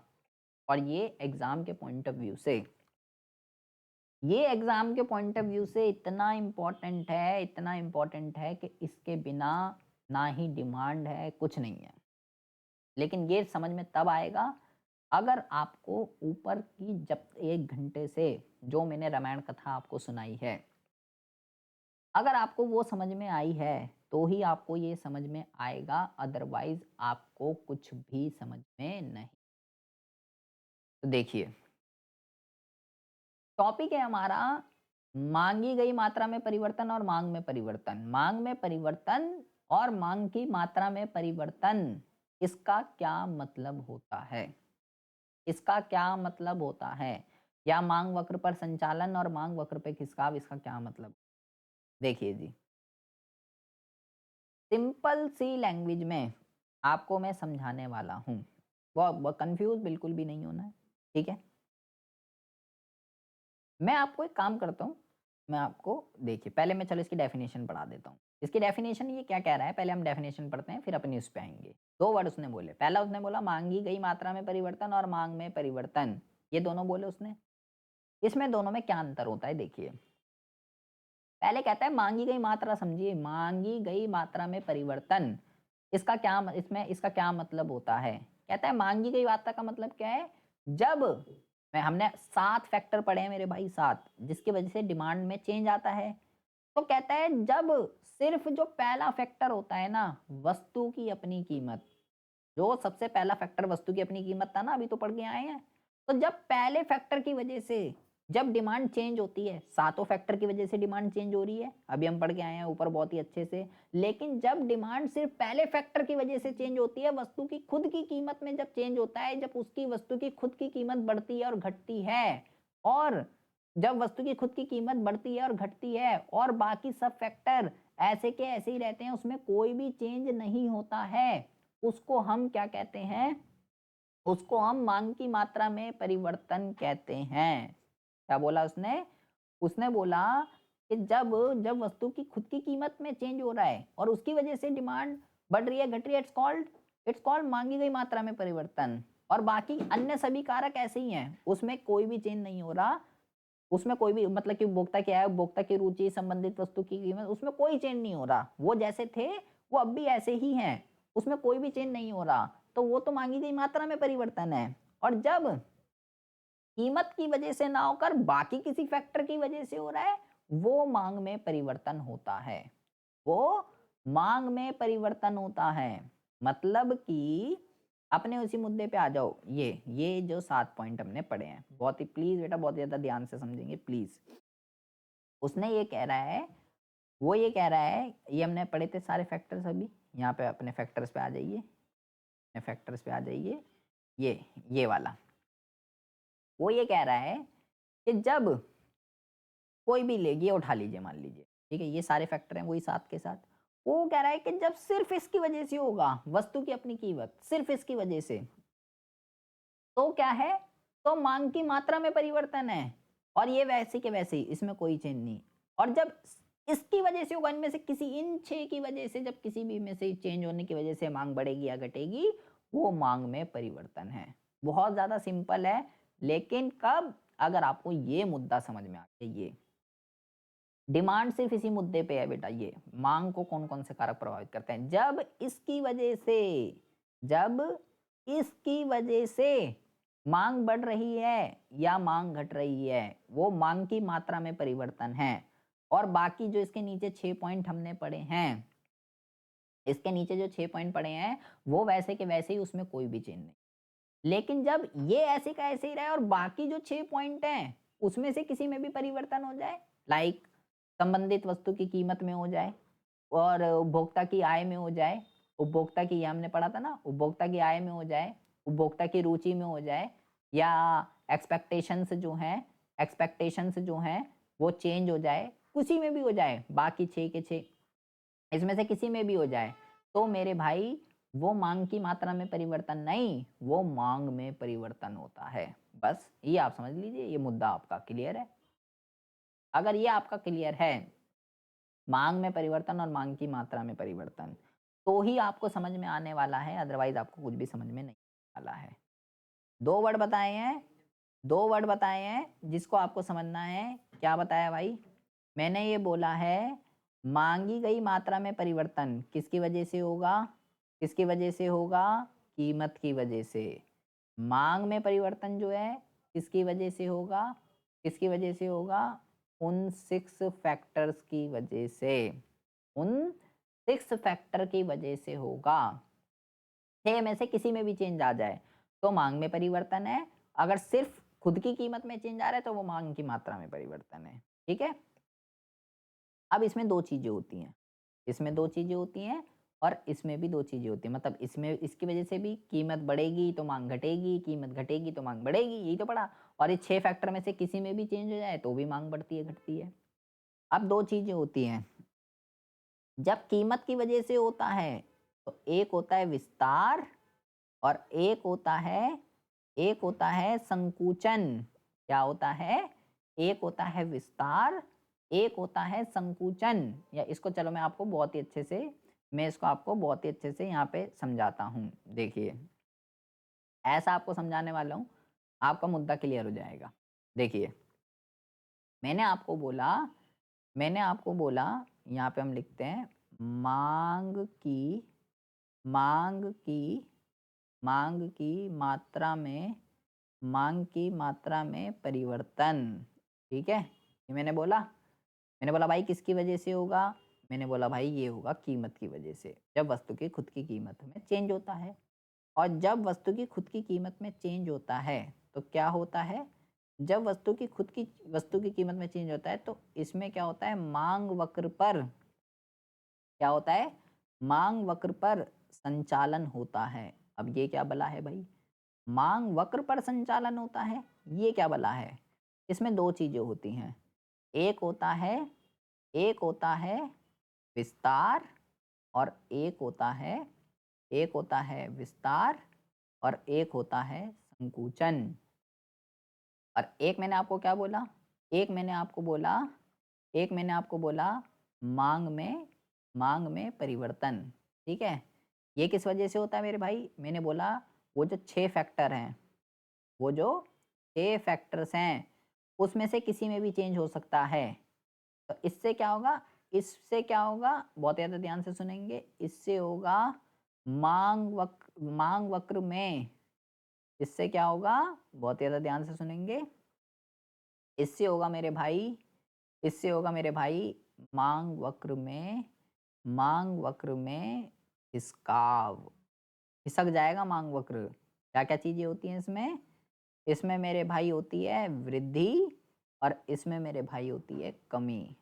बहुत ही ज़्यादा ध्यान से अटेंटिव होकर आपको जो है मेरी बात को समझना है। टोटल 7 फैक्टरों का गेम है। जब सिर्फ़ कीमत की वजह से हो रहा है, तो इससे क्या होगा? माँग वक्र पर संचालन।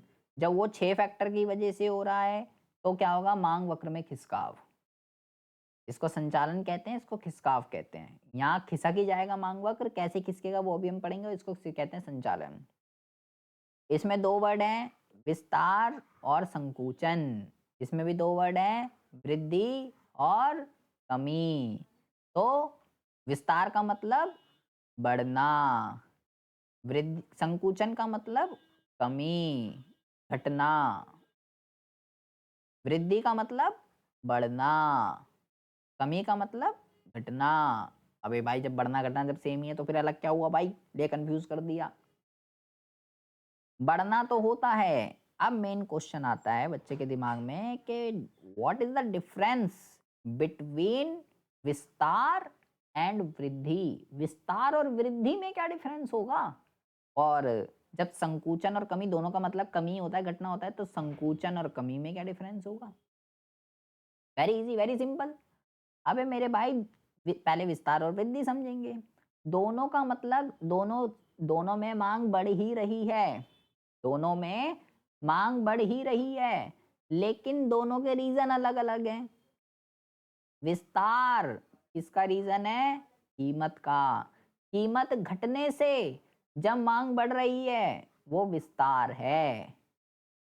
इन 6 फैक्टर में जब किसी में से चेंज आया, संबंधित वस्तु की कीमत, उपभोक्ता की आय, उपभोक्ता की रुचि, एक्सपेक्टेशन, इसमें से जब चेंज आया, तो मांग बढ़ी, वो वृद्धि है। कीमत बढ़ने से जब मांग घटी, वो संकुचन है, कीमत की वजह से।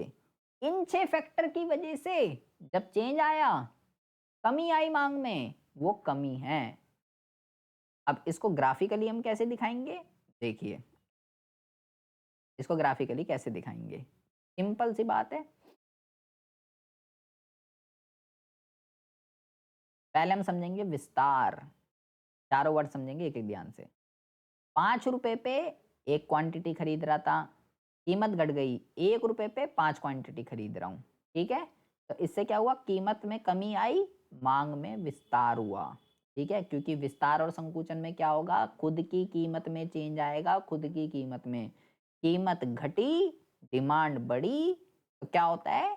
तो होता है मेरे भाई विस्तार। तो विस्तार को कैसे दिखाते हैं? देखिए, 1 रुपए पे 5 क्वांटिटी खरीद रहा था, या पहले कह सकते हो, पहले 5 रुपए पे, पहले 5 था बेटा, 5 रुपए पे 1 क्वांटिटी खरीद रहा था। यहाँ देखेंगे, 5 रुपए पे 1 क्वांटिटी खरीद रहा था, पहले मैं इस पॉइंट पे था, ए पॉइंट पे। अब भाई प्राइस हो गए कम, 1 रुपए पे अब मैं 5 क्वांटिटी खरीद रहा हूँ यहाँ, तो मैं ए से बी पॉइंट पे आ गया। तो ये जो यहाँ से मैं यहाँ शिफ्ट हुआ, ये जो मैं यहाँ से यहाँ शिफ्ट हुआ, डिमांड कर्व अभी हमने पढ़ा था ना बेटा, डिमांड कर्व अभी हमने पढ़ा था, इस तरीके से बना था। तो भाई पहले मैं इस पॉइंट पे था, इस पॉइंट पे मैं 5 रुपए पे 1 क्वांटिटी खरीद रहा था, मैं यहाँ पे था, यहाँ पे। अब मेरे भाई 1 रुपए हो गया, 1 रुपए प्राइस घट गए, तो अब मैं 5 क्वांटिटी खरीद रहा हूँ, 5। ये ए पॉइंट था और ये अब बी पॉइंट है, मैं ए से बी पॉइंट पे आ गया। It's called extension of demand. इसको मांग में विस्तार कहते हैं, इसको मांग में विस्तार कहते हैं। कीमत घटने से मांग बढ़ गई। अब संकुचन समझ लीजिए, कीमत, विस्तार और संकुचन कीमत है। 1 पे 5 खरीद रहा था, 5 पे 1 खरीद रहा हूँ, कीमत बढ़ी, मांग घटी, इट्स कॉल्ड संकुचन, मांग में संकुचन। अब देखिए इसको कैसे दिखाएंगे। 1 रुपए पे, पहले मैं यहाँ पे 1 रुपए पे मैं क्या कर रहा था, 1 रुपए पे 5 खरीद रहा था, कीमत बढ़ गई। अब 5 रुपए पे मैं कितना खरीद रहा हूँ, 5 रुपए पे मैं 1 खरीद रहा हूँ मेरे भाई। पहले मैं बी पॉइंट पे था, पहले मैं बी पॉइंट पे था, 1 पे 5 खरीदता था, अब 5 पे 1 खरीद रहा हूँ, 5 पे 1 खरीद रहा हूँ, ए यहाँ पे आ गया, बी से ए चला गया, तो ये जो मैं ये चला, ये क्या होगा, ये होता है संकुचन। मतलब कि इसका कहने का ये मतलब है बेटा कि हम जब भी डिमांड कर्व पढ़ के आए हैं, इस तरीके से पढ़ के आए थे, ऐसा बनता है डिमांड कर्व, ऋणात्मक ढाल वाला। जब मैं नीचे की तो अगर मैं बोल रहा हूँ विस्तार को कैसे दिखाते हैं, तो एरो नीचे की तरफ दिखाएंगे, एरो नीचे की तरफ दिखाते हैं। अगर मैं बोलूँ विस्तार कैसे होता है, तो विस्तार के लिए एरो ऐसे नीचे करके दिखाते हैं, ये विस्तार है, विस्तार। और संकुचन, संकुचन में ऐसे एरो ऊपर की तरफ करके दिखाते हैं, ये क्या है, ये क्या है, ये बेटा संकुचन है, संकुचन। इसको कहते हैं, इसको कहते हैं मांग वक्र पे ही संचालन हो रहा है। क्या कहते हैं इसको, इसको कहते हैं मांग वक्र पे ही संचालन हो रहा है। नीचे की तरफ विस्तार होता है, ऊपर की तरफ संकुचन होता है, ठीक है। और किसकी वजह से होता है, मेन एजेंडा, ये होता है बेटा कीमत, खुद की कीमत की वजह से, खुद की कीमत की वजह से होता है, खुद की कीमत की वजह से। अब आ जाते हैं मांग में परिवर्तन, जिसमें वृद्धि और कमी पढ़ेंगे। कोई भी ये जो उपभोक्ता आय में ये अब पहले पढ़ेंगे, पहले हम पढ़ेंगे कमी, पहले हम क्या पढ़ेंगे, पहले हम पढ़ेंगे कमी, पहले हम कमी पढ़ेंगे, ठीक है। कोई वो जो फैक्टर है कीमत को छोड़कर, आय कम हो गई, स्थानापन्न वस्तु की कीमत में कमी हो गई, पूरक वस्तु की कीमत में वृद्धि हो गई। अब यहाँ पे ध्यान से समझिए, स्थानापन्न वस्तु की कीमत में कमी लिखा है, पूरक वस्तु में वृद्धि लिखा है, क्यों, मेरे को क्या पढ़ना है, मांग में कमी। पूरक वस्तु कौन सी बताई, कार और पेट्रोल। जब पेट्रोल की कीमत बढ़ेगी, जब पेट्रोल की कीमत बढ़ेगी तो ही तो कार हम लोग कम खरीदेंगे, है ना, तभी तो यहाँ वृद्धि लिखा हुआ है। और यहाँ पे क्या लिखा हुआ है, चाय और कॉफी का एग्जांपल दिया था मैंने आपको, प्रतिस्थापन वस्तु की कीमत में कमी। जैसे चाय और कॉफी का एग्जांपल दिया था, किसका एग्जांपल दिया था, चाय और कॉफी का, ठीक है। तो अगर मैं चाय की डिमांड कर रहा हूं, तो चाय की मांग कब कम होगी, चाय की मांग कब कम होगी, जब कॉफी की कीमत कम हो जाएगी। अगर कॉफी की कीमत कम हो गई, मेरे को इसकी डिमांड कब कम होगी? जब जो इसका सब्स्टिट्यूट गुड्स है कॉफ़ी, वो भी उतने की मिलने लगे जितने की चाय मिल रही है। तो जो लोग चाय पी रहे थे वो लोग कॉफ़ी पीना स्टार्ट कर देंगे। इसलिए यहाँ पे कीमत में कमी लिखा हुआ है। ये बात ध्यान रखना, माँग में कमी पढ़ रहे हैं हम। रुचियों में प्रतिकूल परिवर्तन हो जाए कि अब क्या खरीदना, फैशन चेंज हो गया, छोड़ इसको हटा। भविष्य में कीमत घटने की संभावना है, तो अभी क्यों खरीदूँ, बाद में ही खरीदूँगा, ठीक है? जनसंख्या में कमी हो जाए, तो जब बेटा जो वस्तु की अपनी कीमत को छोड़कर बाकी जो अन्य फैक्टर हैं 6-7 जो भी हैं, उसमें जब ये सारे चेंजेस आते हैं तो इससे माँग में कमी होती है। इससे माँग वक्र बाईं ओर जो है खिसक जाता है। कैसे खिसकेगा देखिए, खिसकेगा अब क्या होगा? खिसकेगा और वृद्धि में उल्टा हो जाएगा। पहले चलो इसका इसमें डायग्राम रखा यहाँ पे देखिए, इसका डायग्राम देखते हैं। इसका डायग्राम जो है पहले कमी का देख लेते हैं। पहले कमी का अगर मैं डायग्राम बनाऊँ तो कमी का कैसे बनेगा बेटा? कमी का डायग्राम बनेगा इस तरीके से। ये हो गया आपका एक्स अक्ष, ये हो गया आपका वाई अक्ष और ये मेरा जो है ये डिमांड था, ठीक है? मान लीजिए इस प्राइस पे मैं इतनी क्वांटिटी खरीदता था आइसक्रीम की, पी प्राइस पे मैं इतनी क्वांटिटी खरीदता था। अब प्राइस ने कुछ नहीं करा, आइसक्रीम उतने रुपए की है, पी प्राइस पे उतने की ही मैं खरीदता था। प्राइस ने कुछ नहीं करा, ये 6 फैक्टर की वजह से, ये 6 फैक्टर की वजह से क्या हो गया? ये 6 फैक्टर की वजह से मांग कम हो गई, तो डिमांड यहाँ आ गई, मांग वक्र शिफ्ट हो गया। मांग वक्र क्या हो गया? मांग शिफ्ट हो गई यहाँ। अब भी आइसक्रीम उतने रुपए की ही है, भाई पहले इतने रुपए की थी, अब भी उतने रुपए की है, पी प्राइस पे ही है, लेकिन अब क्वांटिटी जो है वो हो गई Q1, क्वांटिटी कम हो गई। क्यों? प्राइस ने तो कुछ नहीं करा, इन 6 फैक्टरों ने करा है।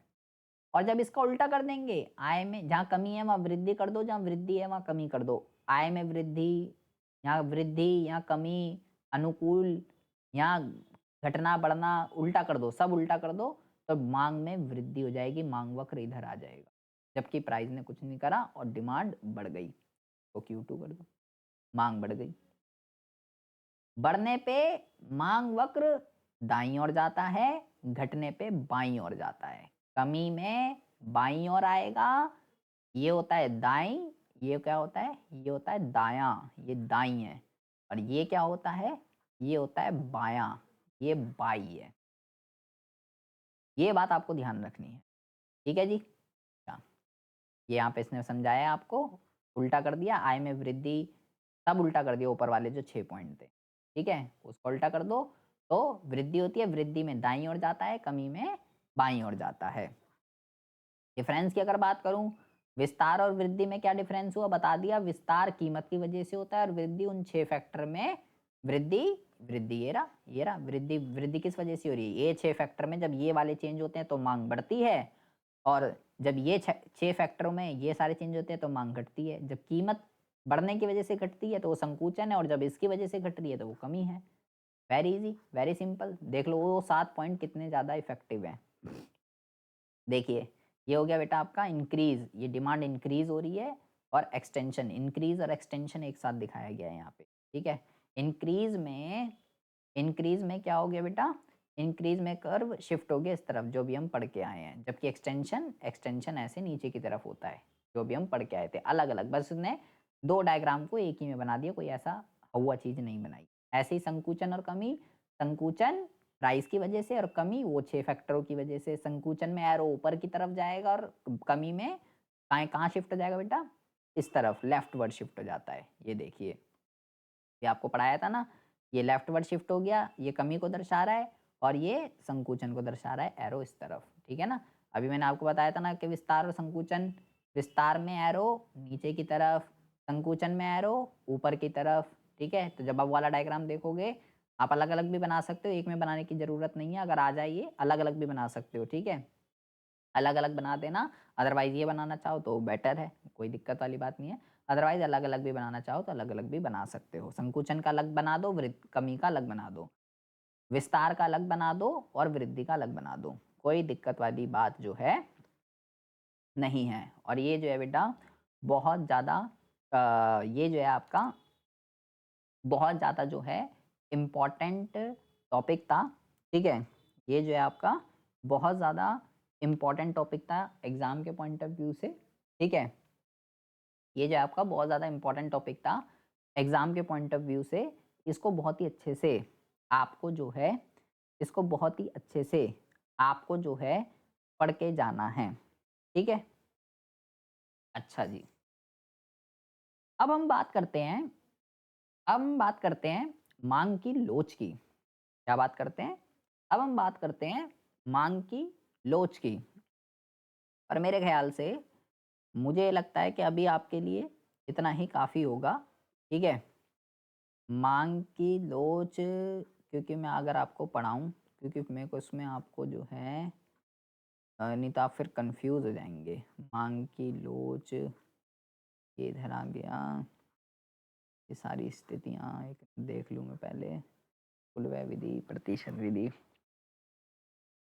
हुँ, ये आप जो हैं ये किसमें आ जाएगा? एग्ज़ाम्पल आ गया पॉइंट पॉइंट इलास्टिसिटी आप रिवेन्यू मेथड इसमें आप जो है एक काम कीजिए थ्योरम्स इसको हम जो है बेटा इसको हम जो है मांग की लोच को फिर अलग ही पढ़ेंगे ये आप इसमें फिर कंफ्यूज हो जाओगे ठीक है अभी आप मांग पढ़ लो ऐसे ही मैं 1 डेढ़ घंटे की वीडियो सेपरेट अलग सेपरेट जो है सिर्फ जिसमें हम मांग की लोच को ही पढ़ने वाले हैं सिर्फ मांग की लोच को अभी सिर्फ आपने मांग वांग पूरा पढ़ लिया ठीक है इसको हम जो है सेपरेट पढ़ेंगे नहीं तो वीडियो जो है 3 घंटे की और ज़्यादा हो जाएगी ठीक है पहले आप मुझे जो है इसका रिस्पॉन्स कैसा आता है ठीक है इसका रिस्पॉन्स जो है कैसा आता है आपको समझ में आया है नहीं आया है कितना समझ आया है आप मुझे कमेंट बॉक्स में कमेंट करके जो है ज़रूर बताइएगा ठीक है ताकि मैं आगे जो है मुझे इससे मोटिवेशन मिलता है आप मुझे कमेंट बॉक्स में कमेंट करके ज़रूर बताइएगा कि भाई आपको ये टॉपिक कितना समझ में आया है वीडियो अगर अच्छी लगी है तो प्लीज़ आप वीडियो को जो है ज़्यादा से ज़्यादा लाइक और अपने फ्रेंड्स में शेयर ज़रूर कीजिएगा ठीक है नेक्स्ट वीडियो में हम जो है प्रॉपर सिर्फ मांग की लोच पे ही बात करने वाले हैं डिटेल में जैसे आज हमने डिटेल में सिर्फ मांग पढ़ा है ऐसे ही हम डिटेल में जो है मांग की लोच को जो है पढ़ने वाले हैं पूरा डिटेल में A to Z कुछ भी नहीं छूटेगा ठीक है तो मिलते हैं आपसे नेक्स्ट वीडियो में ऐसे इंटरेस्टिंग टॉपिक के साथ तब तक के लिए have a good day bye bye take care